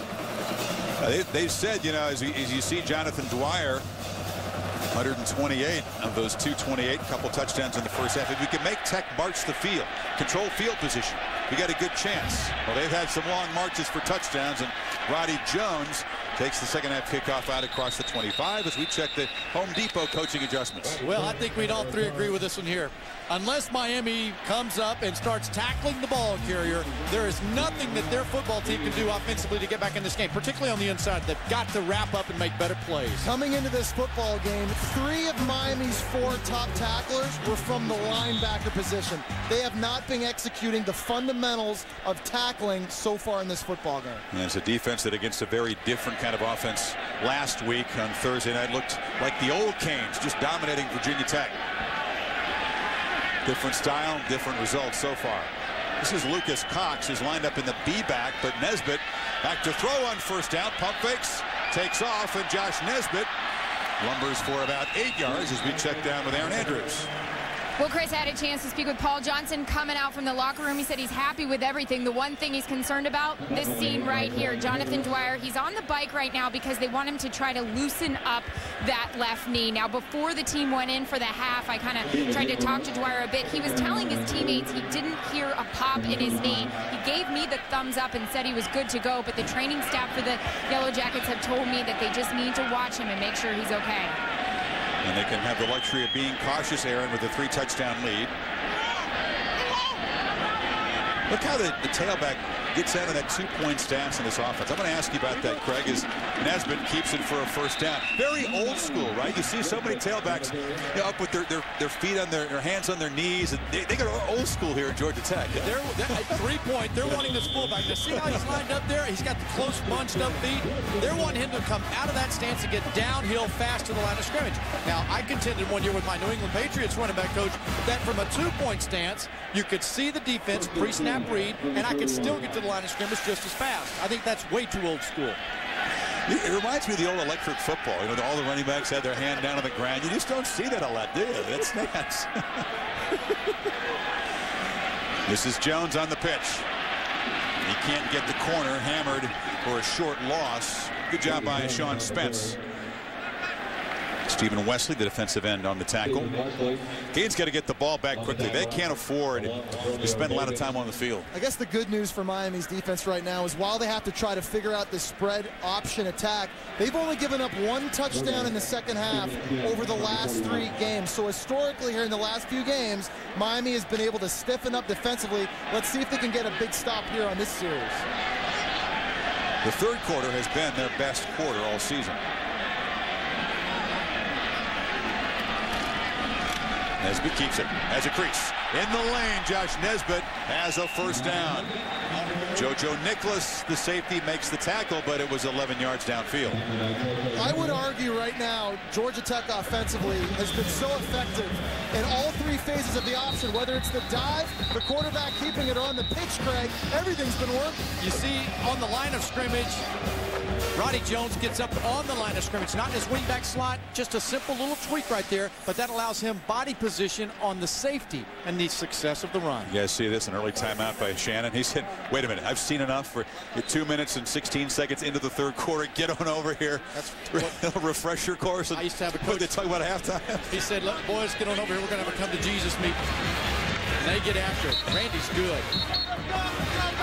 Right away, there was that lane and somebody not in their assigned spot on defense. But don't you like that about him, Jesse? Absolutely. You know, Chris, we've known Randy a long time. Yep. And the guy, as a CEO, ultimate executive of this football program, has control of it. Why would you wait till the end of the series when maybe it costs you 6 or 7 points? Burn a timeout. Get it corrected right now. Clip it in the butt. Get your guys back on the field. Start playing some D. Yeah, you may need those timeouts. You think, down 3 touchdowns, but he sees the urgency right here. Get this thing fixed. They can't afford to get farther behind.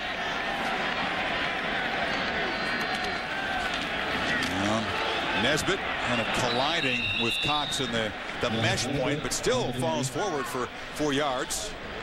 Marcus Robinson stopped him. We talked about it earlier. The mental stress that gets put on defenses when you play this type of offense. Someone's got to be in charge of the dive. Someone's got to take the quarterback, the alley, the pitch guy. And someone's got to be able to play action. You cannot take a play off mentally, because when you do, that's when you get gashed.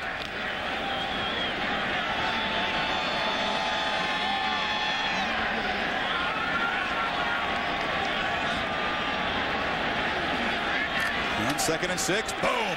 Big old Lucas Cox rumbling into the secondary. An absolute clinic in option football tonight. That pressure you're talking about, Jesse, is really clear to see. Watch the middle, the center and the two guards. Watch what happens to the linebacker here as the ball carrier goes by. Watch the number 70 and 77. Center comes out, and he's on the legs of a linebacker. Did you notice another big missed tackle there in the second line? Linebackers missing tackles. You see Randy Shannon looking, telling his guys, stay in your lanes, keep with your keys. They hear him, but they're not doing it.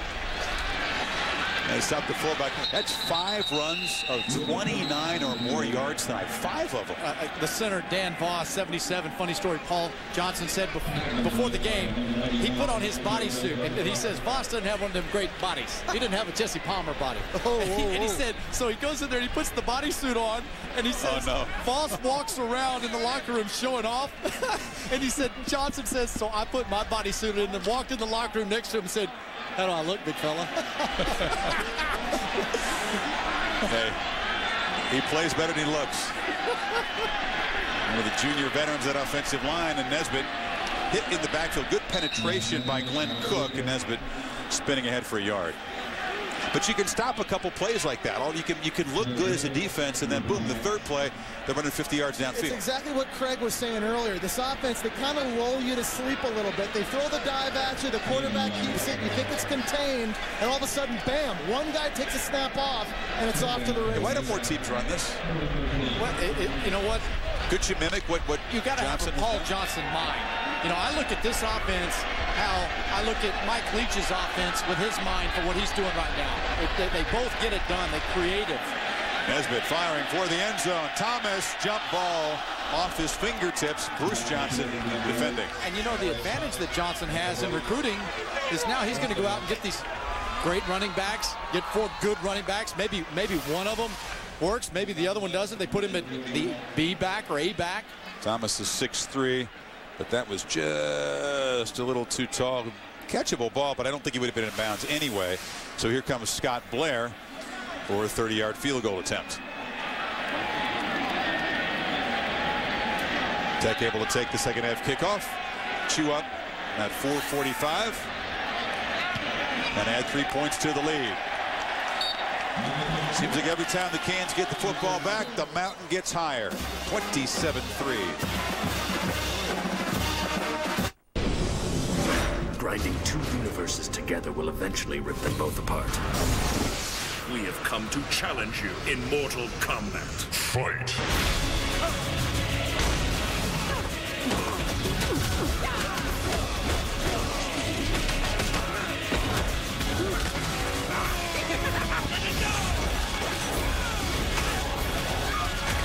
Mortal Kombat versus DC Universe. Rated T for Teen. Introducing Taco Bell's new 89-cent Volcano Taco. With spicy lava sauce, it could be the spiciest taco ever. Wait, my Volcano Taco. Don't look at me. Why pay more for heat when you can think outside the bun? At Ace, Santa's helpers are helping you plan ahead for the holidays. Wednesday through Monday, buy 100 count of mini lights for just $6.99. When it comes to holiday decorations, Ace is the place to find everything you'll need. Ace, the holiday helpful place. Welcome to the Capital One Top Tailgater Mascot Challenge. Today, we're cooking burgers. Can you really put tomatoes in a T-shirt cannon? Whoa, look out! I think that's a condiment cannon. He can't control it. Get down! Oh, that's gonna leave a stain. Does mustard come out of fur? Vote for your favorite mascot at CapitalOneBowl.com and watch the Capital One Bowl to see who wins. What's in your wallet?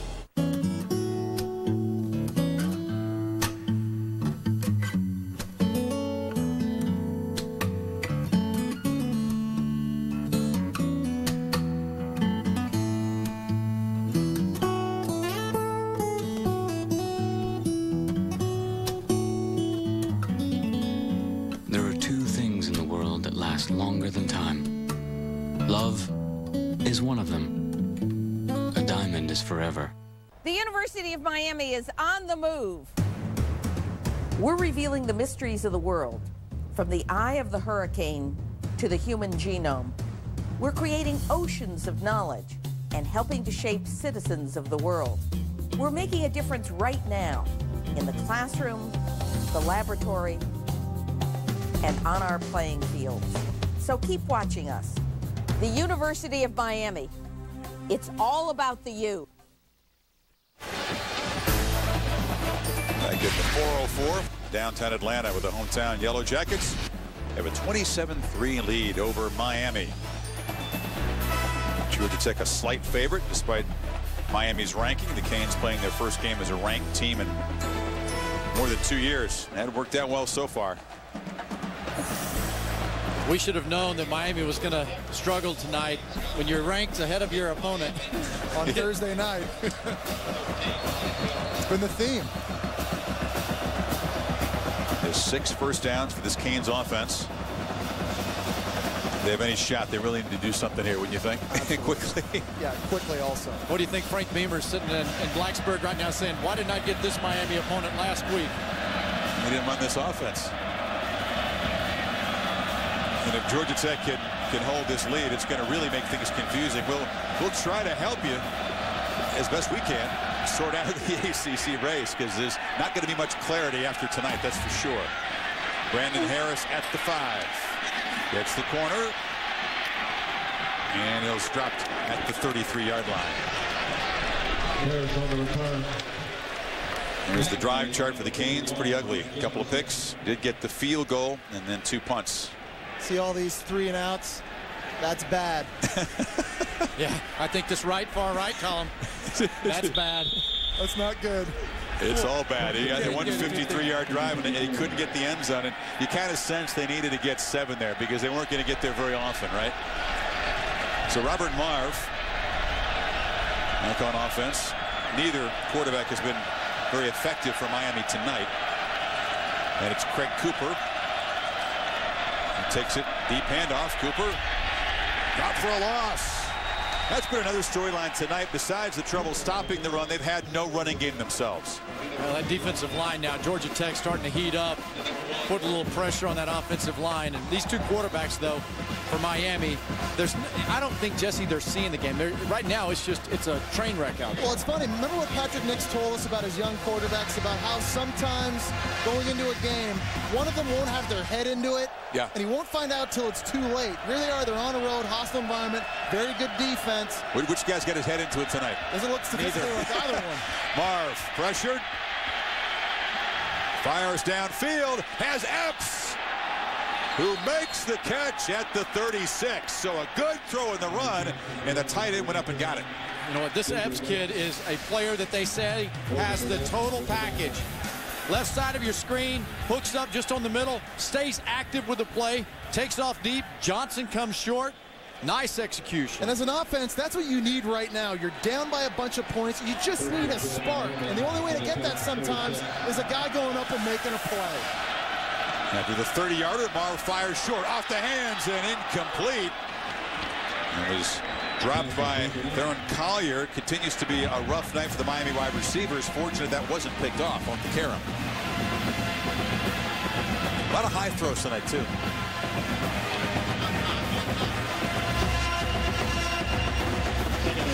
You like the fight song here at Georgia Tech. I love it. 2 years in a row now, you know the words. Some of them. They're very entertaining words. I think it's the most underrated fight song. Cooper sidesteps a tackler and muscles forward for 3. And it'll be 3rd down and 7.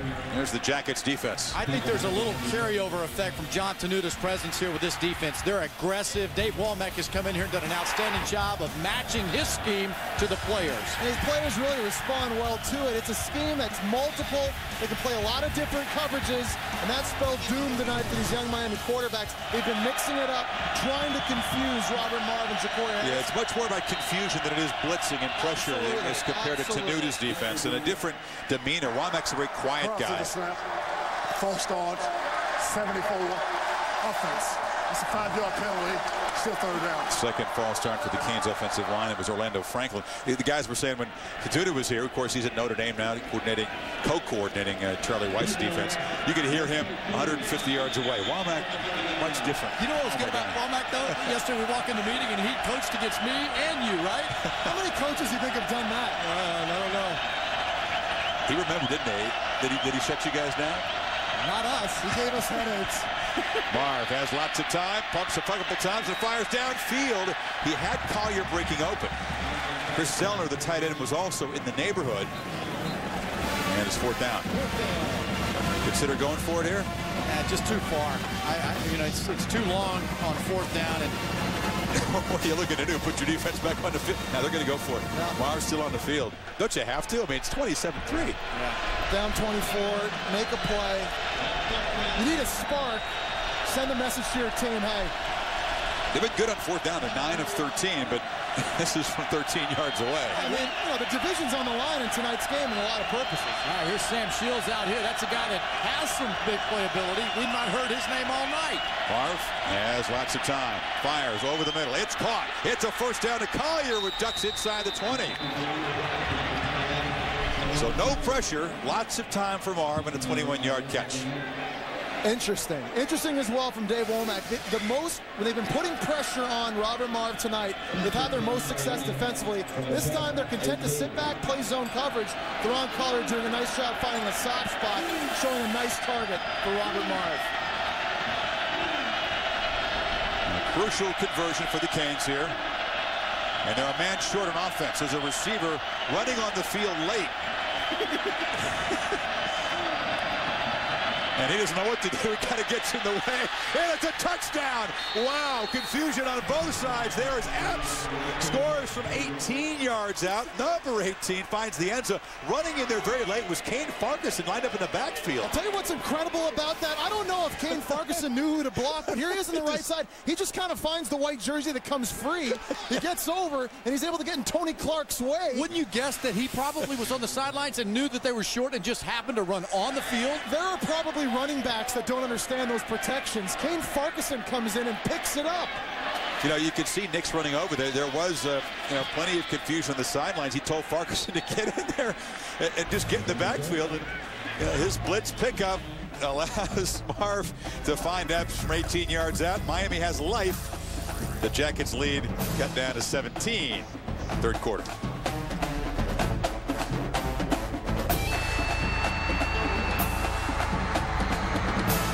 Hey, Vincent! Go State! Hey, Ham. Why did that guy call you Vincent? Because that's my real name, Bergwood. It is? How do you know that? He's my Allstate agent. Oh, he insures your car. And my boat. You got a boat? Ah, my wife is a big-time skier. You're married? Allstate agents know who you really are and what you really need. Call one today for a free Good Hands coverage checkup. Are you in good hands? Where'd you meet your wife? Pilates. She's European.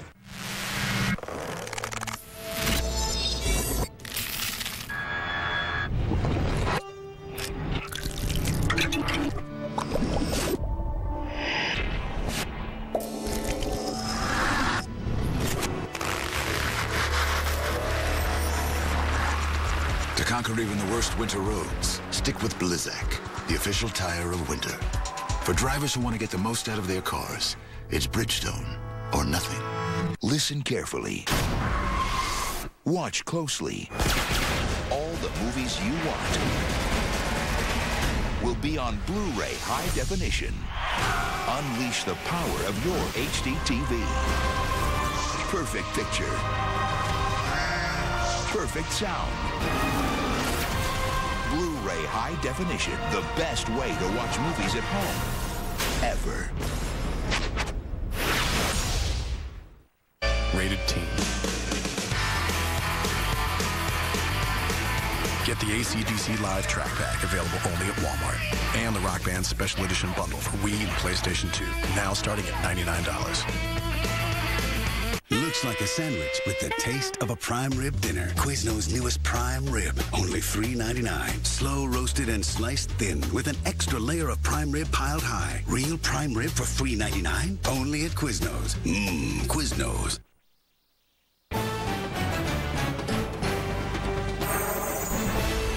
ESPN's College Football Primetime. Brought to you by Allstate, proud sponsor of college football and the 75th Allstate Sugar Bowl. Are you in good hands? That is an Atlanta institution, the varsity, the world's biggest drive-in. 600 cars, 800 people inside. That's right up your alley, James. Oh, man, and I am hungry. I didn't eat before the game tonight. It's like a couple blocks from the stadium here, and very, very crowded before and after game. So you get to go in there with your suit and tell them who you are and cut the line or something. That'll do me a lot of good. Roddy Jones, and the short kick breaks a couple of tackles, gets across the 25. And the Jackets go back to work as we check the race. Chris, not much running room on that kickoff return, but for the Pontiac game-changing performance of the week, there was just enough room for USC's C.J. Gable against Stanford on the farm. Cardinal bidding for a second straight upset of the Trojans. Gable takes this kickoff back and secures the $5,000 in the General Scholarship Fund for the University of Southern California. Got 39% of the vote. You can vote every week. Log on to ESPN.com, search Pontiac, and also enter for a chance to win a scholarship for yourself. All right, tight vote there, Reese. Thanks. First down carry. Keeper by Nesbitt. Marcus Robinson grabbed him after 3 yards. Let's another look at that touchdown. The confusion on the top of your screen. Watch as you're making the late run on the field is Kane Farquharson. It was supposed to be Collier. There comes Farquharson. And I think because he was so late, even the defense got confused, right? Because the offense didn't know what they were doing. And Tony Clark, the outside linebacker, is licking his chops, thinking this receiver's never going to see me coming off the edge, but he gets picked up. And Epps got wide open in the end zone. Nesbitt starts left, comes back to right, pitches. Jones. Stutter steps his way to midfield. So Dwyer still nursing that knee, and it's Roddy Jones who picks up the workload, and he gains 20. A counter option. We used to see Syracuse kind of run the freeze option. You remember that? Donovan McNabb. Look at the pitch relationship of Jones. What a great job of getting to the spot where the pitch is going to be made. You're watching this offense run. The running backs all do a really good job with those fundamentals. They're very precise and exact. It's Romeo Davis who's had a tough night. Chewed out by his coach. Made that funky tackle on Nesbitt with a hand warmer. Now he's down on the field. This is just no fun to play defense against, is it? No, we talked about it watching the study, and Florida State, they struggled with it. You sure did. You know, great players are negated by this type of offense, and that's why when you look at the upside in the future for Paul Johnson and Georgia Tech, it's big. No, it sure is. I mean, they're going to improve the offensive line. They've already got great backs. We'll take a break. You know, these sausage biscuit dippers are a great idea. A breakfast sandwich that you can dip. Yeah, but they're not just dippable. They're dive-bombable. Oh, or high diveable. Boing. Ah, swan dive. Okay, all right. They're also skinny dippable. Uh-oh, no clothes. Sausage biscuit dippers. New at Sonic. 3 mini sausage biscuits served with a side of warm country gravy for dipping. And make it better with one of our premium roast specialty coffees, like a Java Chiller.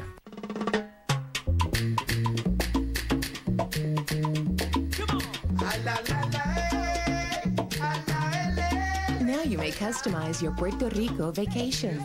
Special offers from August 1st through November 30th. Book now on gotopuertorico.com.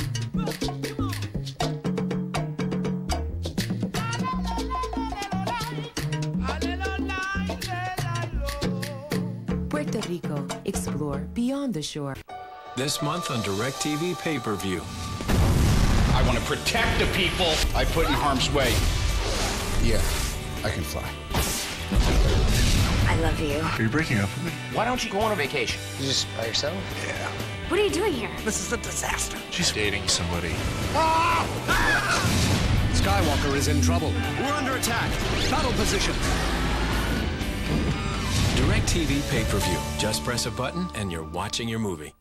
This month on DirecTV pay-per-view. I'm Maxwell Smart. I am a control analyst. Agent 99. I think we work very well together. Missed it by that much. Are you telling me another one of your Bioforce experiments has gone haywire? There's someone out there. I just want you to run, okay? You're an Israeli counter-terrorist? Smell it, smell it, smell it. Now take it. That's for you. DirecTV pay-per-view. Just press a button and you're watching your movie. The enormous impact Saturday night for the BCS, the Big 12 South, the Heisman Trophy, Texas Tech, Oklahoma. Red Raiders can clinch the division with a win. Sooners, if they win, still some work to do. They visit the Cowboys. You talked a lot about, obviously, Harrell and Bradford and the receivers. What about the running backs? What about Brown and DeMarco Murray, Baron Batch, Woods for Texas Tech? Which tandem of running backs will have more success? I think it's a push. They both have really good running games. Underrated aspect. This is a really good running game. And this on the corner is Roddy Jones. Roddy Jones weaving through people inside the 10. 40 more yards. An old-fashioned beatdown here. You know what? If you go back and you look at the A-back and the arc block, watch what happens right here. Watch out this delay and coming out with a block. Embry Peoples, freshman. If you can do that, if you can't do that, you won't play that position. We've seen so many different variables of the option tonight, haven't we? Nothing has been the same. Everything Paul Johnson Look at that. dialed up has been working. Look at those averages per carry. Every bucket. First and goal. Nesbitt has it, and he's dropped by Glenn Cook.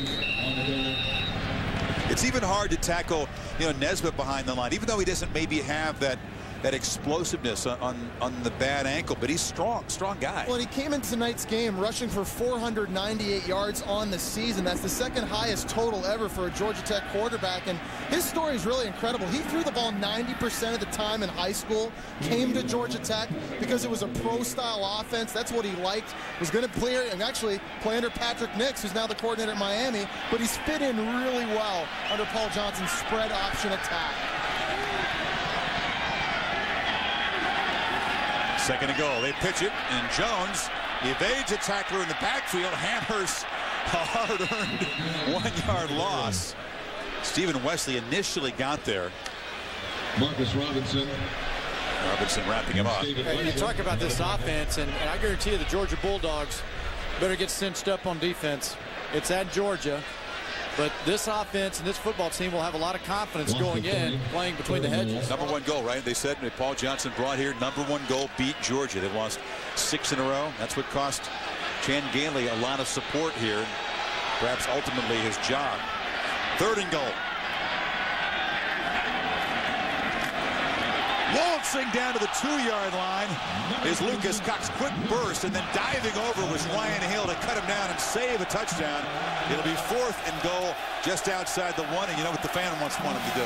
I look at the point of attack and the lack of getting off blocks. That defensive line at Miami baffled. Lucas Cox thought he had a touchdown. A dive of the ankles by Ryan Hill, but they will go for it on 4th down. I think Paul wants time here to think about this. Do you? Yeah. You set Nesbitt to the huddle inside of 7 seconds on the play clock. Man, timeout. No call it. Think about what? You got to go for this. Come on. Oh, yeah. Absolutely. But just think about the play. Georgia Tech, over 400 yards total offense, 360 on the ground. I mean, this is a stunning blow for Miami's defense. I think that, Bill Young, the veteran coordinator, has seen his unit improve in this 5-game winning streak.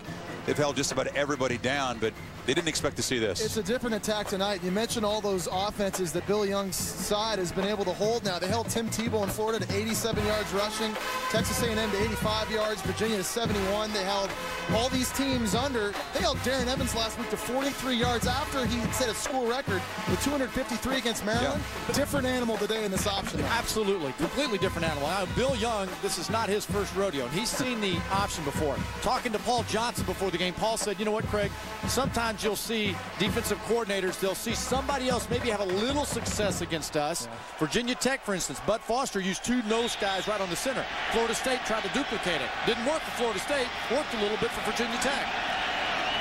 So 4th down, ball just outside the 1-yard line. Dwyer not in there. It's Lucas Cox lined up in the B-back position. Roddy Jones in the slot. Nesbitt keeps it and dives into the end zone.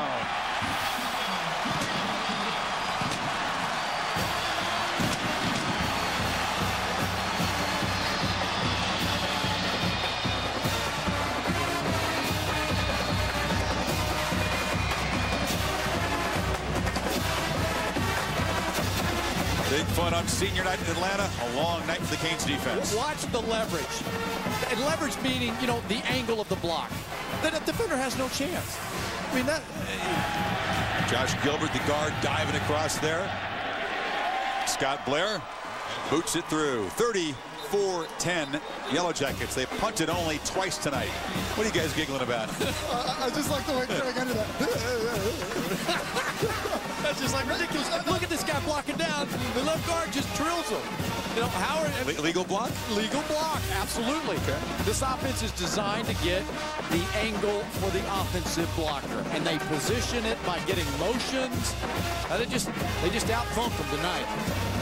Keith? Tech could have 3 guys over 100 yards if this keeps up. Dwyer, you have to figure, maybe done for the night with that knee. They don't really need him, obviously. Nesbitt with 91. Roddy Jones, 89 yards on the ground. Well, Paul Johnson told us, really, the philosophy behind the spread option attack is to get players in space, and that creates the big plays. You've seen it tonight.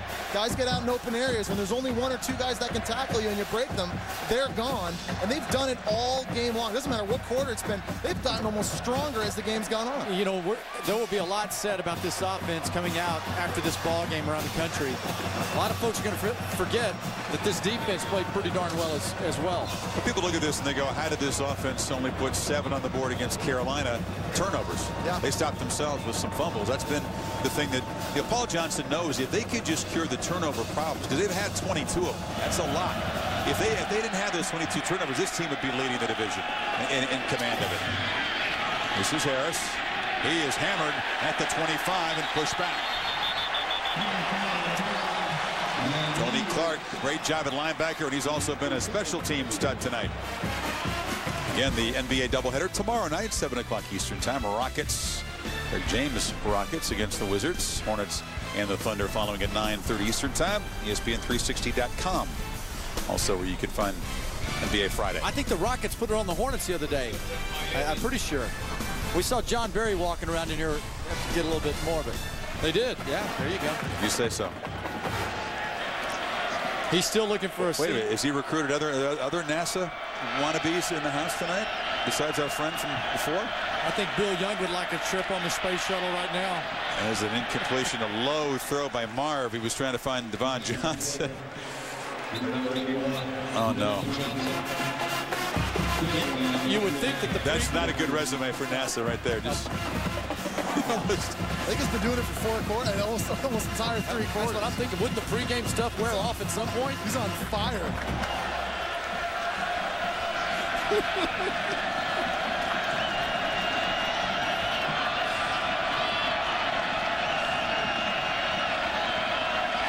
Marv batted down at the line of scrimmage. Once again, big old Michael Johnson with the range, not get it down. Check back with Reese. What do you got? Chris, get you up to date on the 2K Sports Classic benefiting Coaches versus Cancer. UCLA and Michigan on ESPN2 playing in Madison Square Garden. The winner will get Duke. Duke a winner over Southern Illinois early tonight. So college hoops in high gear. All right, thanks, Reese. It's not over for Randy Shannon and the Canes, even if they lose this game tonight. Still in the division race. Marv, lots of time. And he takes off. That's been his best run of the night. He hasn't been able to create plays with his legs, and that's usually a component of the Canes offense. Georgia Tech all night defensively has done a good job of keeping Robert Marv in the pocket, not letting him get to the perimeter where he can hurt you with his legs. That gets him back to -4 yards rushing. He didn't quite get the first down, so it'll be another 4th down play. They need to get just across the 35. And they're going to put him in the shotgun.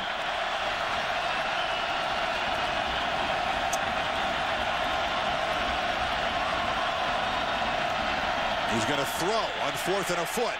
And it's complete. And now bobbled in traffic. And a scrum for it at the 45. Now the ruling comes incomplete. No catch. Zellner couldn't hold it. And no conversion. And no running play on 4th and a foot. And another 4 and out now. This Miami defense is going to be exhausted. You see Robert Marv here in the pocket. He's just trying to go over the football. But what's the call? Yeah, you know what? Well, if the umpire doesn't get in the way, you got Javaris James there, though. I know, Craig, but you got to convert that. And Javaris James is a powerful guy. Get under the center, and then that's why I've said early, back in the first quarter, you ask about this offense. There really is no rhythm. There's no identity yet. They're trying to figure out they who have they so are, little faith in their ability to move the interior defensive line. Obviously, or a lot of respect for that defensive line at Georgia Tech. Jackets take over inside the 35. Nesbitt, he's going to throw on first down. Looking downfield for Thomas. Jump ball. Couldn't quite make the catch. Had it in his hands. He beat Bruce Johnson. And Paul Johnson wants more. How about Paul Johnson going for the jugular and sudden change? He's going up to his big wide receiver, and I love the call. Get a 6'3" guy matched up on a smaller corner. You cannot throw that any better. If you're Josh Nesbitt, you put that right up where he can go get it. Wasn't Thomas, though, using his right hand to kind of keep at bay the defender? A little bit, yeah. He's got to catch the ball, and he has been their most consistent receiver so far this year. Thomas getting the one-on-one. Just couldn't pull it off. Now the reverse option. Nesbitt cuts back inside and ducks under for about 4 yards. Only thrown 6 passes tonight, but when they do throw, it's usually to Demaryius Thomas, and because he gets single coverage, you do have the chance as a receiver in this offense to make big plays if you can hold on to the ball. Well, you do, because with all those running plays, these receivers and these wing backs are stalking the defensive backs. They're always kind of running up there, trying to match up to get these blocks. All of a sudden, they kind of stutter up, they mosey in, and boom, putting their foot in the ground, and they're running by you. Again, lulling you to sleep. Need 8 on third down. And Lucas Cox rumbling. Forget about it. Touchdown Tech.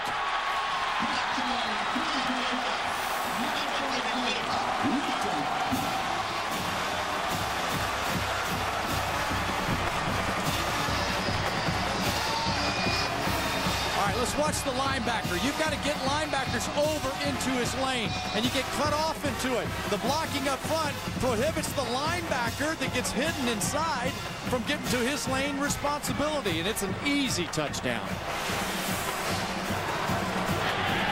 Lucas Cox joining the club. Can they get 400-yard rushers in this game? The way things are going. Scott Blair boots it. 32 yards, and Cox has 72 yards rushing. And there's a real chance you could have 400-yard rushers in this game. 4. What a nightmare for Miami. They go on the road next week. Will not face the option against NC State. But this has been just a nightmare in what he hoped would be a showcase game, Randy Shannon.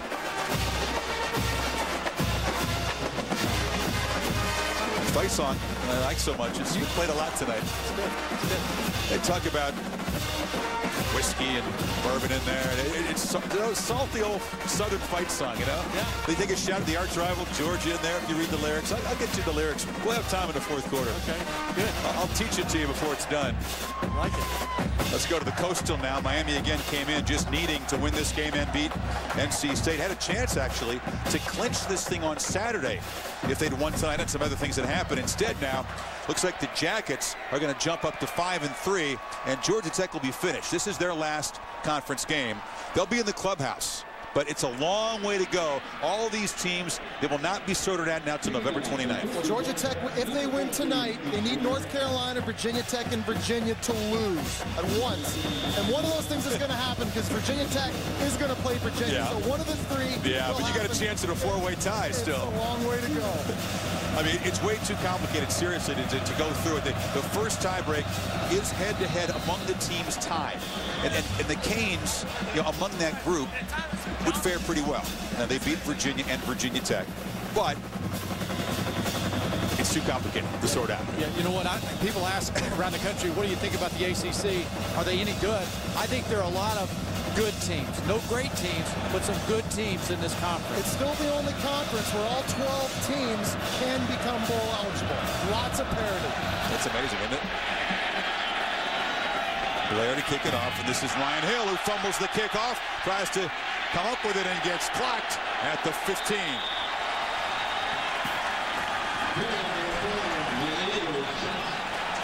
I mean, Tony Clark has been down on almost every kickoff, covering it, making plays on defense. One of the unsung stars tonight. I'm sitting here, and an observation for me, at least, a takeaway other than the ground game tonight, is that Georgia Tech is well coached, and they play hard and fast. Paul Johnson told his team, good teams don't lose twice in a row. Gators fan there, Jesse, by the way. Well, Gators having a good year so far. He was here early for the game. Well, he's not worried about the Gators playing the Citadel this week, obviously. Oh, what is that? Cooper cuts it back. Craig Cooper gets 10 yards.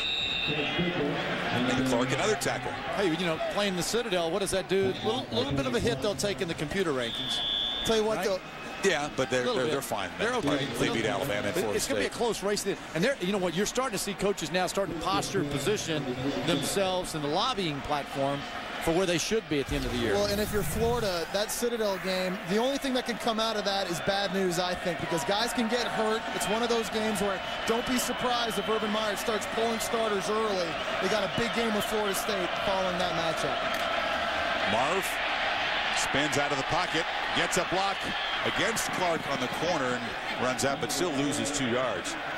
That graphic pointing out that Miami giving up the most rushing yards in 35 years. And we got a quarter plus to go. And, you know, we came into this game, I think I speak for us, our crew, that had a lot of respect for Miami's rush defense that was giving up 106 on the ground per game. I mean, the record could be threatened. That goes back to World War II against Auburn. Wow. The Jackets aren't going to let up. They're just going to keep running the same plays. If you don't tackle, they'll have 600 yards rushing. Marv fires. It's Cooper. For about 6. I think a difference tonight. Georgia Tech defensively tackled very well. They've had a lot of bodies swarming to the football. We talked to some of these players earlier. We talked to Daryl Richard. He said they were doing rap drills in practice where they wouldn't let go of the play wasn't over until the ball carrier was wrapped. WRAP, right? Yeah, that's right. Yeah, right, okay. Until they get wrapped, the plays weren't done. They're doing a good job tackling tonight. He's even doing some rapping on the sidelines, too, of the RAP kind. Marv on third down, fires, incomplete, almost picked off on the carom. Well, Darius Johnson couldn't get it. Aaron, down to you. Hey, Chris, we talked about the beginning of the game, just Miami talking about how cold it is. Well, now that they're down big time here, guys are standing by these heaters. This is the first time I've seen them trying to get warm. Guess what, guys? These heaters aren't even on. So it's not getting better right here by the chill zone, I'll tell you that. Do they know that? That thing is just a metal box? Yeah, and now they're starting to say, hey, guys, can we turn these on? They're just starting to notice it's a little chilly out. Bosher on the punt. That's not good news when they start whining about the lack of heaters, right?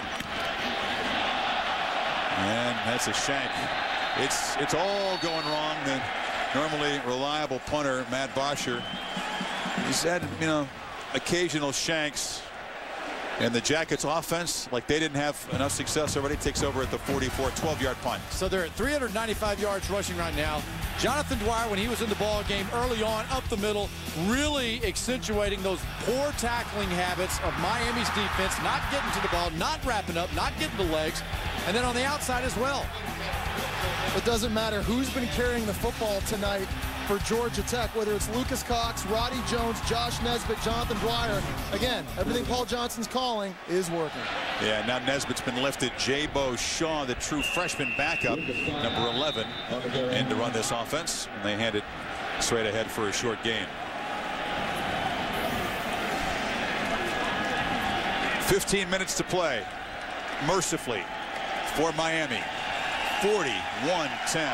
What a showcase for Paul Johnson's offense.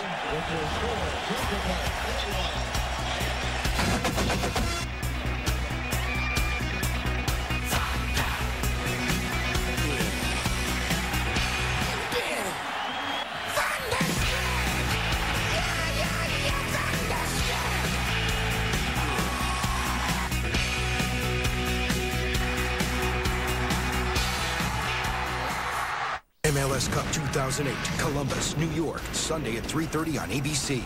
Hello again, everybody, and welcome back to the much-anticipated matchup between the Eagles and the Bulldogs. Hold on. I'm not quite sure what we're seeing right now, but cows are parachuting onto the field. I cannot believe what I'm watching. 2 cows landing on the field. There's a third headed into the stands. It's actually headed right towards a burger. Look out! Oh, my. That's going on the highlight reel. The way the stock market's been acting lately, you may wonder if you've been doing the right thing. Is the advice you've been getting helping or hurting? Are the fees you're paying really worth it? TD Ameritrade's fees are fair and straightforward. Their research is independent and unbiased. Their investment consultants are knowledgeable and there when you need them. So why not talk to one? Call, click, or visit a TD Ameritrade branch today. I shall now read the last will and testament. The deceased leaves all of his money, property, and other valuables to Miss Jacqueline Monique Smith.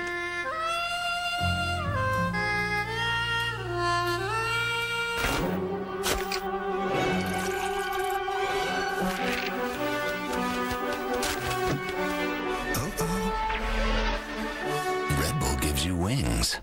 Own a timeshare? Turn it into cash. No more mortgage payments. Thank you, Timeshares Only. At Timeshares Only, you'll find properties from the biggest names in the industry. If you want to buy, sell, or rent, call now. Call Timeshares Only and get your free information kit with our insider secrets to buying, selling, and renting timeshares, plus receive a free $100 gift card. The over $5 billion sold in the past 6 months proves now can be the best time to sell.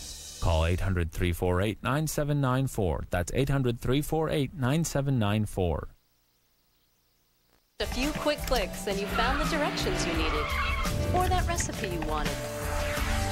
And now, just one click gets you everything you need to advance your career and increase your salary. Earn My Degree features hundreds of online degrees, and with 24/7 online convenience, you can earn your degree whenever, wherever you like, in as little as 10 months. So all you have to do is click. Visit Earn My Degree today. Go to the web address on your screen right now. 41-10. We start the fourth quarter here in Atlanta. Chris Fallon, Craig James, Jesse Palmer, and Aaron Andrews. And J-Bo Shaw just hands it ahead to Lucas Cox. J-Bo's played a couple of games when Nesbitt's been injured. Paul Johnson knows he needs to keep number 9 healthy for the stretch. We'll rest him in the fourth quarter. This guy, didn't have great success his first year at Navy. Not like he's having this year. They were 2-10 and then turned it around quickly and won 8 games, 10 games, 9 games, 8 games in the subsequent years. Paul Johnson's won everywhere he's been. Look at this. Only Tom Osborne and Barry Switzer have won more games in their first 12 seasons. Everywhere Paul Johnson has been as a head coach, he's won. Shaw on the keeper, and old J-Bo Shaw diving forward. First down at the 31. Georgia Southern, 3 straight Division I AA championship games, won 2 titles. I think the conversation of Coach of the Year, he's certainly on the short list. He's at Navy 6 years. They go to the bowl games 5 years. In 2004, his Navy team goes 10-2. And Paul Johnson wins the Bobby Dodd National Coach of the Year award, so he's won it. I don't think you're right, Craig. He would have to be on the short list of contenders this year, especially if they could beat Georgia. Shaw, pitch behind the man, and it's a fumble. Embry Peebles, true freshman to true freshman, they mess up the pitch, and it's one of the rare instances of poor execution tonight. Their first turnover, and Darryl Sharpton recovered it. Jesse, watch here the pitch relationship. He had to pitch it back. Peebles wasn't in the spot where he should have been, and J-Bo Shaw has to re-clutch the ball and try to kick it back to him. Well, that's now the 18th fumble on the year lost for Georgia Tech. Heading in there at 17, that was second worst in the Football Bowl subdivision. And you can see there's a clear drop-off when Nesbitt leaves the game. You wonder how this offense put 10 points on the board against Gardner-Webb. Well, Nesbitt wasn't in there that game. And that's really the defense that's done the best job at limiting the Yellow Jackets. It's Ja'Cory Harris at quarterback for the Canes. Javaris James hammers ahead for about 9. Number 5, Javaris James on the carry. Building blocks at the University of Miami. Randy Shannon was telling us how he started back in the spring and then early in the fall, and just taking a handful of plays and repping them and then scrimmaging at the end of that first week, making sure that the players understood what they were trying to accomplish there. So this is a building process, a very young Miami Hurricane team.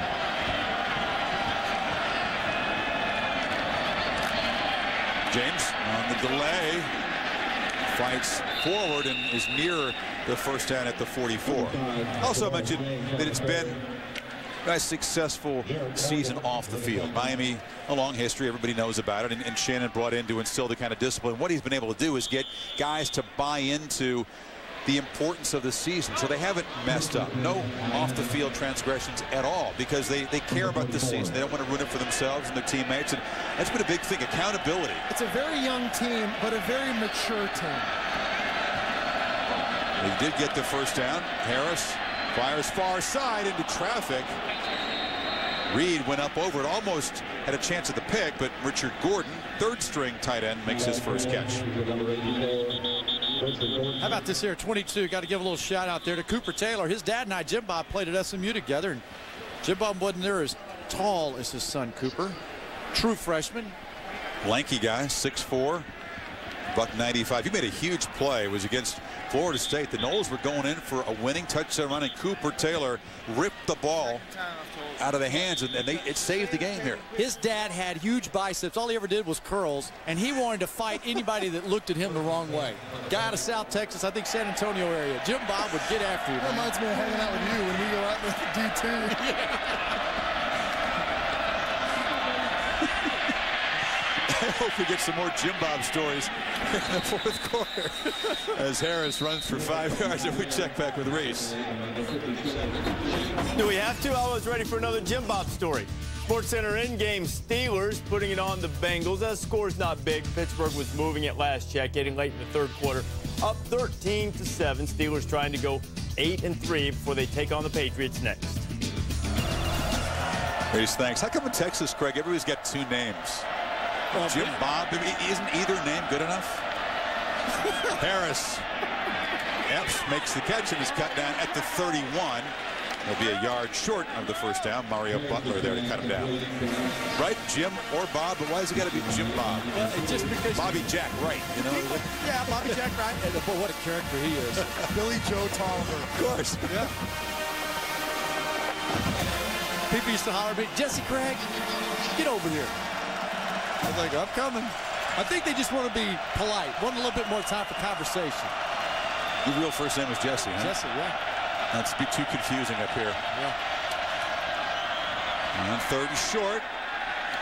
First down yardage for Javaris James. Well, that's the crazy thing. His real first name is Jesse, so he'd be Jesse James. My middle name is James, so I'm Jesse James Palmer. So we'd have two Jesse James in the same booth. Yeah, I'd check out. Aaron didn't use her real first name. What's with this crew? you know Colt McCoy's real name? That's speaking of Texans. Harris flips it short. James, the one-handed catch. Javaris James, some good downfield blocking, and he cuts inside the 15-yard line. I caught you off guard with that little trivia question. Well, I'm thinking I've seen it. I cannot believe out of Jim Ned Tuscola, Texas, Colt, man, nickname on him is You're not going to get it. He was actually born in New Mexico. I don't know if you know that. Yeah. Born across the border. Yeah. Daniel. Colt Daniel. But Colt's a better quarterback name. Oh, yeah. You gotta be good. If your name's Colt and you're the trigger guy, you better be good. And he is. Thankfully. Why not? It's also a good name playing in that state. 10:28 to play. Harris fires over the middle, catch made, and a touchdown. Leonard Hankerson, the sophomore, makes his first catch and finds the end zone. To me, when Ja'Cory Harris has been in the ballgame tonight, this offense has been much more fluid, and they've been moving the football way better. We haven't seen Ja'Cory Harris that much, but when he has been in tonight, I think he's done a very, very nice job of managing the football game.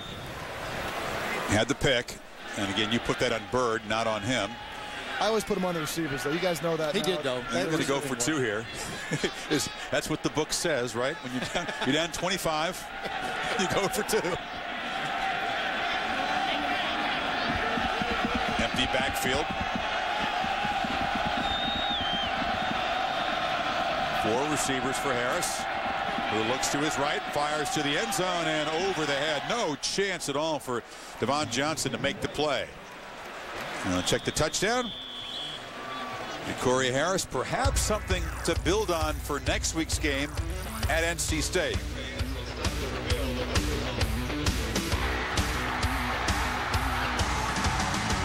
The Cadillac Red Tag event. Right now, you'll find unprecedented values on our best-selling luxury models. From the award-winning Cadillac CTS to the legendary Escalade, now's the time to move up to Cadillac. During the first ever Cadillac Red Tag event, the price on the tag is the price you pay, providing incredible values like this. See your Cadillac dealer. Okay, Tommy. Beep. Hey, Nancy's phone. Nancy doesn't have AT&T, so no bars here. Yeah, we're not getting the call about how Freddy the fun-loving dinosaur's costume was damaged. Apparently, they're sending T-Rex. Yeah, we missed that call. Yay, memories. For the best coverage, switch to AT&T. More bars in more places. Get an exclusive quick messaging phone for $79.99 after mail-in rebate.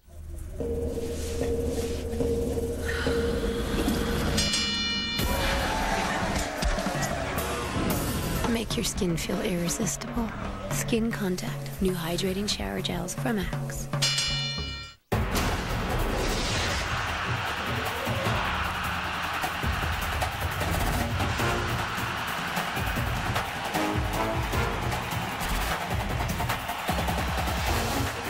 In one of the most anticipated games of the year, a spot in the Big 12 Championship and dreams of a national title hang in the balance. Saturday Night Football on ABC, Texas Tech, Oklahoma. Saturday at 8 Eastern, part of Rivalry Week presented by Samsung Mobile. College football lives here. Ahead on SportsCenter, what Texas Tech learned from last year's win over Oklahoma that might help them Saturday. Highlights from the Bengals and the Steelers. Bengals had an early lead. Plus, can Allen Iverson and the Pistons stop the Celtics' roll? SportsCenter after the game.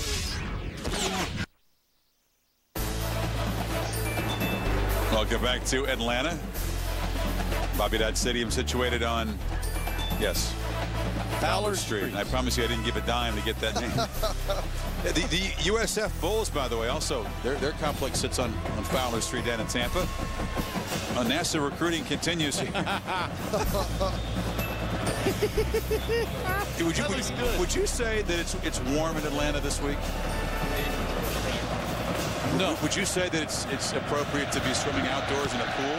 No, I would not. Why were 3 of our crew guys at the hotel yesterday swimming outdoors? The Polar Bear Club.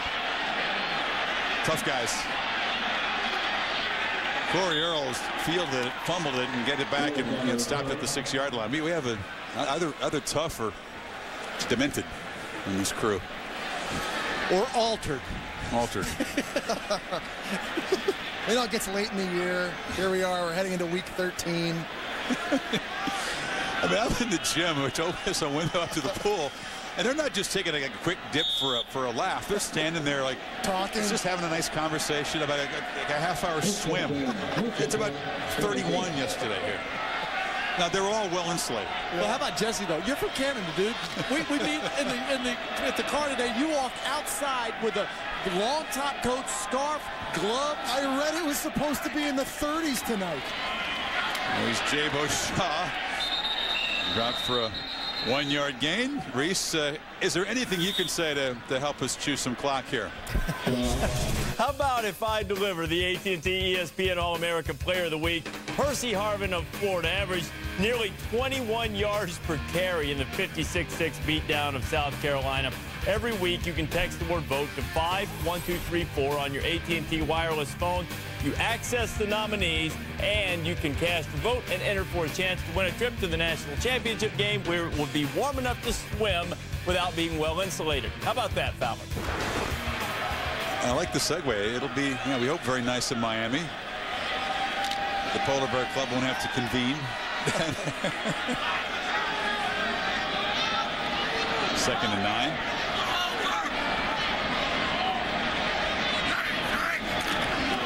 Jabo keeps it. And short gain. Joe Joseph on the stop. How about Urban Meyer this week? I see where he came out. Wait a second. There's Larry. He's one of the dudes. He's one of the Polar Bear guys. He's in the tent down there on the field.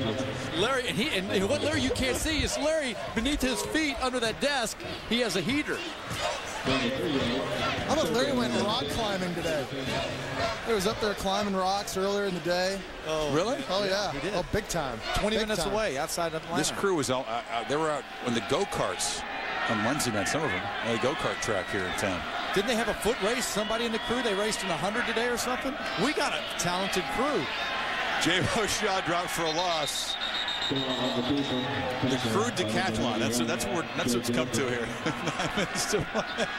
All right, back to a little ball here. Urban Meyer, though, you saw where he came out this week talking about the BCS and all the stuff going on, and Urban was like... what did he have to say? They're in pretty good position. Yeah, I know, but he was railing against the conferences. He's trying to get all the conferences to be similar. You know, if you've got a conference championship game, everybody should have it. And everybody live by the same rules so that it's apples and apples. And I agree with that. Well, you know, the conference championship game, and he's concerned about the SEC, has both helped and hurt teams in the 10 seasons of the BCS. Frankly, it's helped the Gators to have that game a couple years ago, and they were working their way into the national championship game. Ugly punt. Collier just lets it go, and it'll stop at the 47-yard line. Miami back to work, down 25. For the price of a night in, how about a night out? Introducing Applebee's 2 for $20 menu. Full-on dinner for 2 people for $20. Choose 1 great appetizer to share and 2 amazing entrees, like our juicy 7-ounce sirloin, our signature double crunch shrimp, and so much more. So take your wife or your sister. Sure, take him. It's Applebee's 2 for $20, and it's the best meal and the best deal in the neighborhood. The Cadillac Red Tag event. Right now, you'll find unprecedented values on our best-selling luxury models. From the award-winning Cadillac CTS to the legendary Escalade, now's the time to move up to Cadillac. During the first ever Cadillac Red Tag event, the price on the tag is the price you pay, providing incredible values like this. See your Cadillac dealer. If you plan on building, furnishing, or remodeling your home, or you're just tired of paying retail, don't spend another dollar. Now, you can enjoy an incredible selection of top-quality, name-brand products priced up to 50% less than retail. Take the first step towards saving hundreds or even thousands of dollars on nearly anything for your home. Call for your free Direct Buy Insider's Guide to Buying Direct and learn what retailers don't want you to know. Each full-color page of the Insider's Guide is packed with powerful information. Discover some of the hundreds of thousands of products available from over 700 name brand manufacturers. Everything, including furniture, cabinets, appliances, flooring, lighting fixtures, and so much more. All without retail markups. At Direct Buy, you can't afford to miss this valuable opportunity. Call the number on your screen now to get your own Direct Buy Insider's Guide. You'll also receive a visitor's pass and map to the Direct Buy showroom nearest you. The sooner you call, the sooner you'll be buying direct. So call now.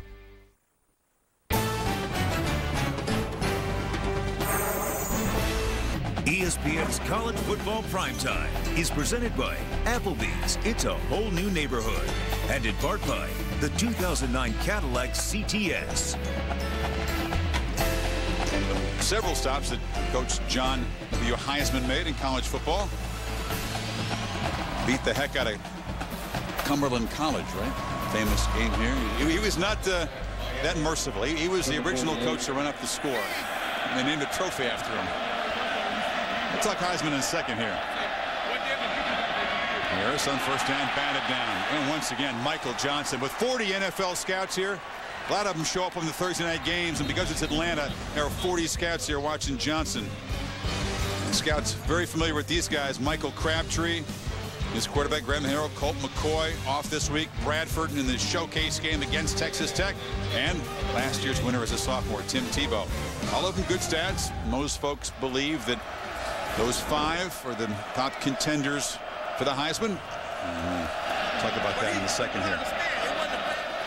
Harris on second down is pressured, dances from the pocket, and skips out after about an 8-yard gain. It's a weird Heisman race because you got an incumbent and you got 4 guys from the same conference and 3 quarterbacks. Will they cancel each other out is the question people are asking. I think there's a lot of intrigue with the Big 12 South quarterbacks right now. And Crabtree is certainly a great football player. No question about that. I mean, he's a beast. We've seen him in person. But I don't think they'll cross themselves out. Tebow making a late season push to get back in the minds. There's a pass incomplete on 3rd and short. And once again, Eldarius Johnson not able to come up with it. You feel that Harrell is a stronger Heisman candidate than Crabtree right now from that team. He's the trigger man, and the quarterback's good. He's got the yards. He's got getting it out there to them. I mean, Mike Crabtree is a great football player, and this award's for college football's most outstanding player. Yeah. But sometimes we get caught up in the numbers in the marketing campaign. Well, his numbers have been so good. If he can go out and have a big game against Oklahoma and outduel Sam Bradford in the process, I think that really puts him in a level of all his own. You still have a big game down the road against Missouri if they're able to beat Baylor, but Graham Harrell right now in the driver's seat in my mind. Yeah, but it's a fluid situation. On 4th down, Collier makes the catch, but loses yardage. Morgan Burnett, a big play. And don't forget about the performance of this Jackets defense tonight. The running game is the headline. They played some stout defense as well. Their defensive line has shown up, and they've proven that they are one of the better units in the country. And the ability to get to the ball, their pursuit has been spectacular. Well, you see why a lot of people think this is the best unit in terms of defensive lines in all of college football, and it's not just in the running game. We've seen these guys batting down passes. Michael Johnson took a pick to the house. They're active, not just in the running game, but in the passing game as well. So we get to watch Jabo Shaw hand off the ball to Cox. We're going to see a lot of this last 7.5. Burnett, his dad, Cap, in the NFL. He's a cousin of Bruce Thornton. He plays for the Jaguars. Reese, back with you. All right, Chris, time for a Sports Center right now. The Phillies' Chase Utley's going to have hip surgery. It could be that he'll be missing from the Champions lineup until June. An NFL game going on right now. Bengals and the Steelers, and Pittsburgh asserting its will, up 20-7. Plenty of highlights, reaction on Sports Center following the game. You can stay current at ESPN News. This is Peoples. Chance for the true freshman, one of the A-backs to carry the football. Pushed out in Miami territory. It'll be 3rd and about 3. If you don't mind, I'm going to jump back into that Heisman conversation. And Sam Bradford is a guy that had just quietly gone about his business.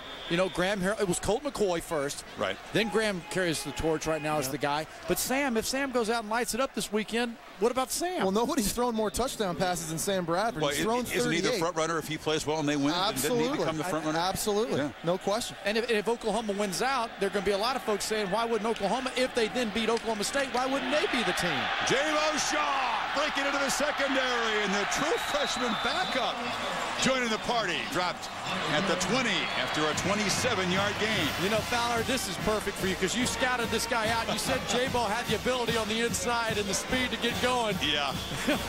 Hey, nice job, Jabo Shaw. Add to that rushing number. You got walked by a defensive end, but that's okay. It was a nice little 27-yarder. That defensive end was Alan Bailey. He's a pretty good athlete also. Played linebacker last year. Just before you kill your boy Shaw again.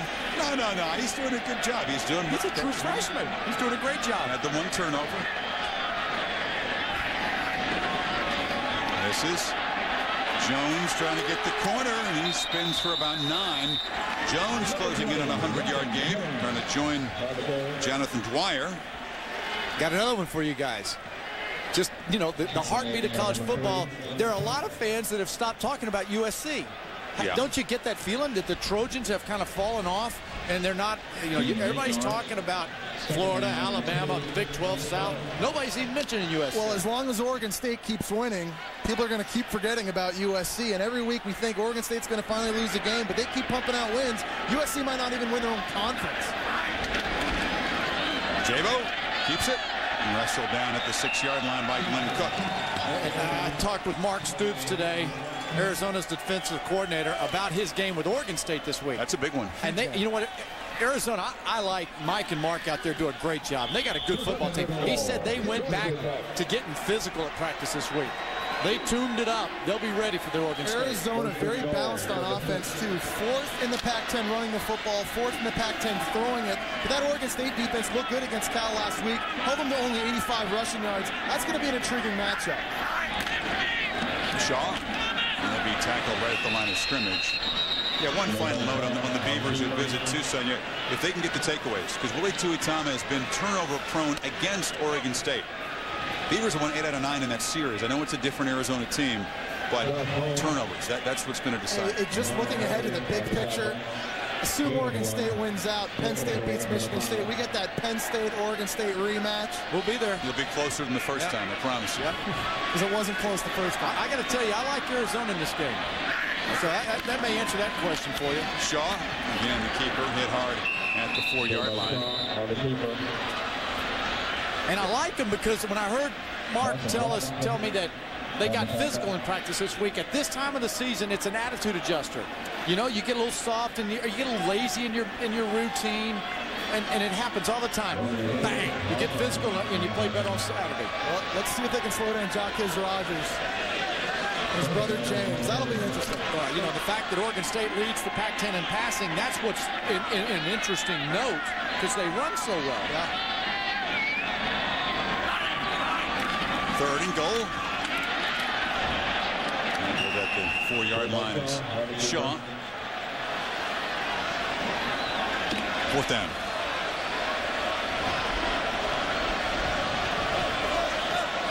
Deflated for the Canes, really humbling. This 5-game winning streak will come to a resounding end, but still in a race in the Coastal. And a trip to Raleigh to take on the Wolfpack a week from Saturday.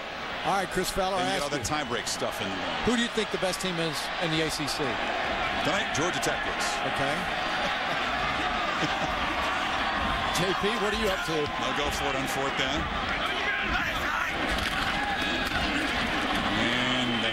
Stop for no gain inside. I thought UNC was the best team in the ACC up until last week. And they did beat the Jackets 28-7. There you go. The Cadillac Red Tag event. Right now, you'll find unprecedented values on our best-selling luxury models. From the award-winning Cadillac CTS to the legendary Escalade, now's the time to move up to Cadillac. During the first ever Cadillac Red Tag event, the price on the tag is the price you pay, providing incredible values like this. See your Cadillac dealer. Seat movers, that's what you'd call us. We'd buy seats up in the nosebleeds and then move down. We'd look for no-shows. Who sometimes did show. Soda spillers. That is gonna leave a stain. Go, and then we'd swoop right in for the perfect seats. Hello. And goodbye. Want great seats? Your City Card could get them. And now, every time you use a participating City Card, you're in it for a chance to go on a 3-city tour with Nickelback. Want the story of a lifetime? Your City Card can help you write it. Unstoppable. Paula Creamer is. So is her Citizen Echo Drive watch. Fueled by light, it never needs a battery. It's unstoppable, just like the people who wear it. It's time someone gave homeowners the tools to do more with less. It's time guaranteed low prices got even lower. At the Home Depot, we've lowered prices on over 1,000 items throughout the store. From tools to ceiling fans, light bulbs to bare and Glidden paint, everyday items to special projects and more. Some of our biggest reductions ever to help protect your biggest investment. At the Home Depot, you can do it, we can help. Looks like a sandwich with the taste of a prime rib dinner. Quizno's newest prime rib, only $3.99. Slow roasted and sliced thin with an extra layer of prime rib piled high. Real prime rib for $3.99? Only at Quizno's. Quizno's. He only played in the first half. Jonathan Dwyer, a Wrangler 5-star player of the game, had a $128, couple of touchdowns. Bumped his knee, so didn't play after halftime, but did enough in the first half. $128, and only took him 10 carries. Yeah. Pretty good average. That's 12.8. That's really good math. You could have gone to school here at Georgia Tech, That's James. what I'm thinking. Woo. Yeah. Sign me up. He'll be the focus of that Georgia defense when the Dogs and the Jackets collide in that rivalry game. Harris from his own end zone. Fires. Long throw to Devon Johnson, but a very short gain as we check back with Reese. All right, Chris, the Dr. Pepper conference update. All eyes as it seems to have been almost every week this year on the Big 12 South. Texas Tech and Oklahoma. Sooners have been nearly unbeatable at home under Stoops. Red Raiders try to beat Texas and Oklahoma in the same season for the first time ever. Again, the division clinch race. If the Red Raiders win, Sooners looking for the possibility of a three-way tie. Harris takes off, and he'll get out across the 25-yard line before he's hammered. You know, guys, we talked about the ball games. There's also a huge event this weekend in Washington, D.C. It's the Greater Washington Jewish Community Center 17th Annual Sports Award Banquet, and a well-deserved honor for our statistician, Marty Aronoff. Get off this stool, Marty. Come in here. Marty. This guy's been doing this job for more than 30 years. He is absolutely the best in the business. Inducted into the Hall of Fame in D.C. Well-deserved honor. Great job, Marty. Great job, man. Congratulations. Awesome. The only Hall of Famer in this booth, so the show could not go on without Marty's great work. Harris fires, and the juggling catch made by Shields. Check it, not Shields, it's Farquharson up near the 38-yard line. Wonder if Harris is going to be the starter a week from Saturday. They've had the pattern, no matter who plays well the previous week, they go with Marv. I'm with you, Jesse, on this. I think Harris has had the. Yeah, but do you give him the starting nod? I think I would. That'll be an issue, I think. Harris goes downfield, and there's a catch made by Bird.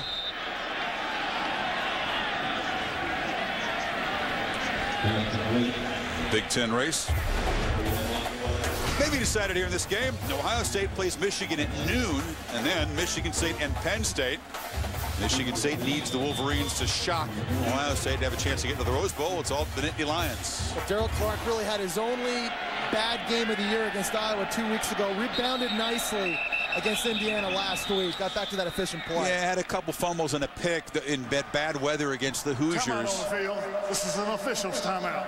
But, you know, I talked to Jay Paterno, the co-offensive coordinator. He said that Clark took an unfair amount of blame from their fans. He was 9 of 23 against Iowa, had some drops, was hit. The protection broke down. And Penn State, practicing this week in the cold to get ready for that game on Saturday afternoon, where it's going to be pretty frosty in Happy Valley. So every time that happens, don't you usually look for the defense to step up? And that Tom Bradley defense that has no nickname, no moniker, I bet they show up and again challenge Javon Ringer. What is all that stuff? Kinematics? Harris firing downfield and over the head of Farquharson. There's a flag in the secondary. Crowd booing, and will be interference. Uncatchable ball. There's Mario Edwards in the neighborhood. We'll see if they pick it up. If they don't, it's a handicap call. Pass interference. 46 defense. That's 15-yard penalty on the previous spot. Automatic first down. That's a ticky-tack there. And it was way over the head of Farquharson. What is all this stuff here? What's all that stuff? It looks like it's the equations for throwing touchdown passes between Josh Nesbitt and Demarius Thomas. But they got the right combination. Well, considering they've thrown the football 7 times. It's not drawn to scale, just FYI. Because the guy on the right would have been a lot taller. Wow. After the penalty, it's a first down for the Canes. Harris firing down the middle, has a man, and Farquharson will go into the end zone. So it'll look a little bit more respectable on the scoreboard because of some late touchdown passes from Harris, that one covering 25 yards. But don't you think the Miami offense has looked so much more fluid when Ja'Cory Harris has been behind center? And certainly Georgia Tech, they're not bringing the dogs right now. They're not getting after him like they were earlier in the game with Robert Marvin. But I think Ja'Cory Harris, for a true freshman, he's shown a lot of poise. They're down, and he's still out there fighting. So I look for accuracy. That's what's been in my mind. It just seems like Harris was far more accurate in throwing the football tonight than Mark was. It was a 98-yard drive. And stutter step on the conversion, but it's knocked through by Bosher. He still is perfect on the season. Another reminder, ABC primetime game. Brent Musburger, Kirk Herbstreit, Lisa Salters in Norman, Oklahoma, or game day. Start the day at 10 a.m. Eastern, and then ABC, 8 o'clock Eastern, the Red Raiders and the Sooners. Talked about the amazing numbers of these quarterbacks. Total touchdowns, puts the passing and the rushing touchdowns together. I think that's That's ridiculous. And golly, 42 total touchdowns each. Video game. It's like a video game. There's Sam Bradford and Graham Harrell are so accurate in all the passes that they make, short, medium, long. And I mean, Bradford put on 15 pounds in the offseason, and I think it's really paid off for him. And watching him throw and standing behind Bradford in practice, and when you see him deliver the football, he reminds me of Ben Roethlisberger. When you're behind him and you see the ball, it's there. It's coming down at him. Well, you know, and what's most impressive to me about Sam Bradford is he's accurate, but really accurate when they throw the football downfield. When he's pushing it downfield to his targets, 30, 40, 50 yards, man, he's on spot. And you know what? If you're Oklahoma's defense, I think the key in this ballgame for them is yards after catch. They've got to hug Tech's receivers. If they let those receivers catch the ball and move after it, it could be a long night for them.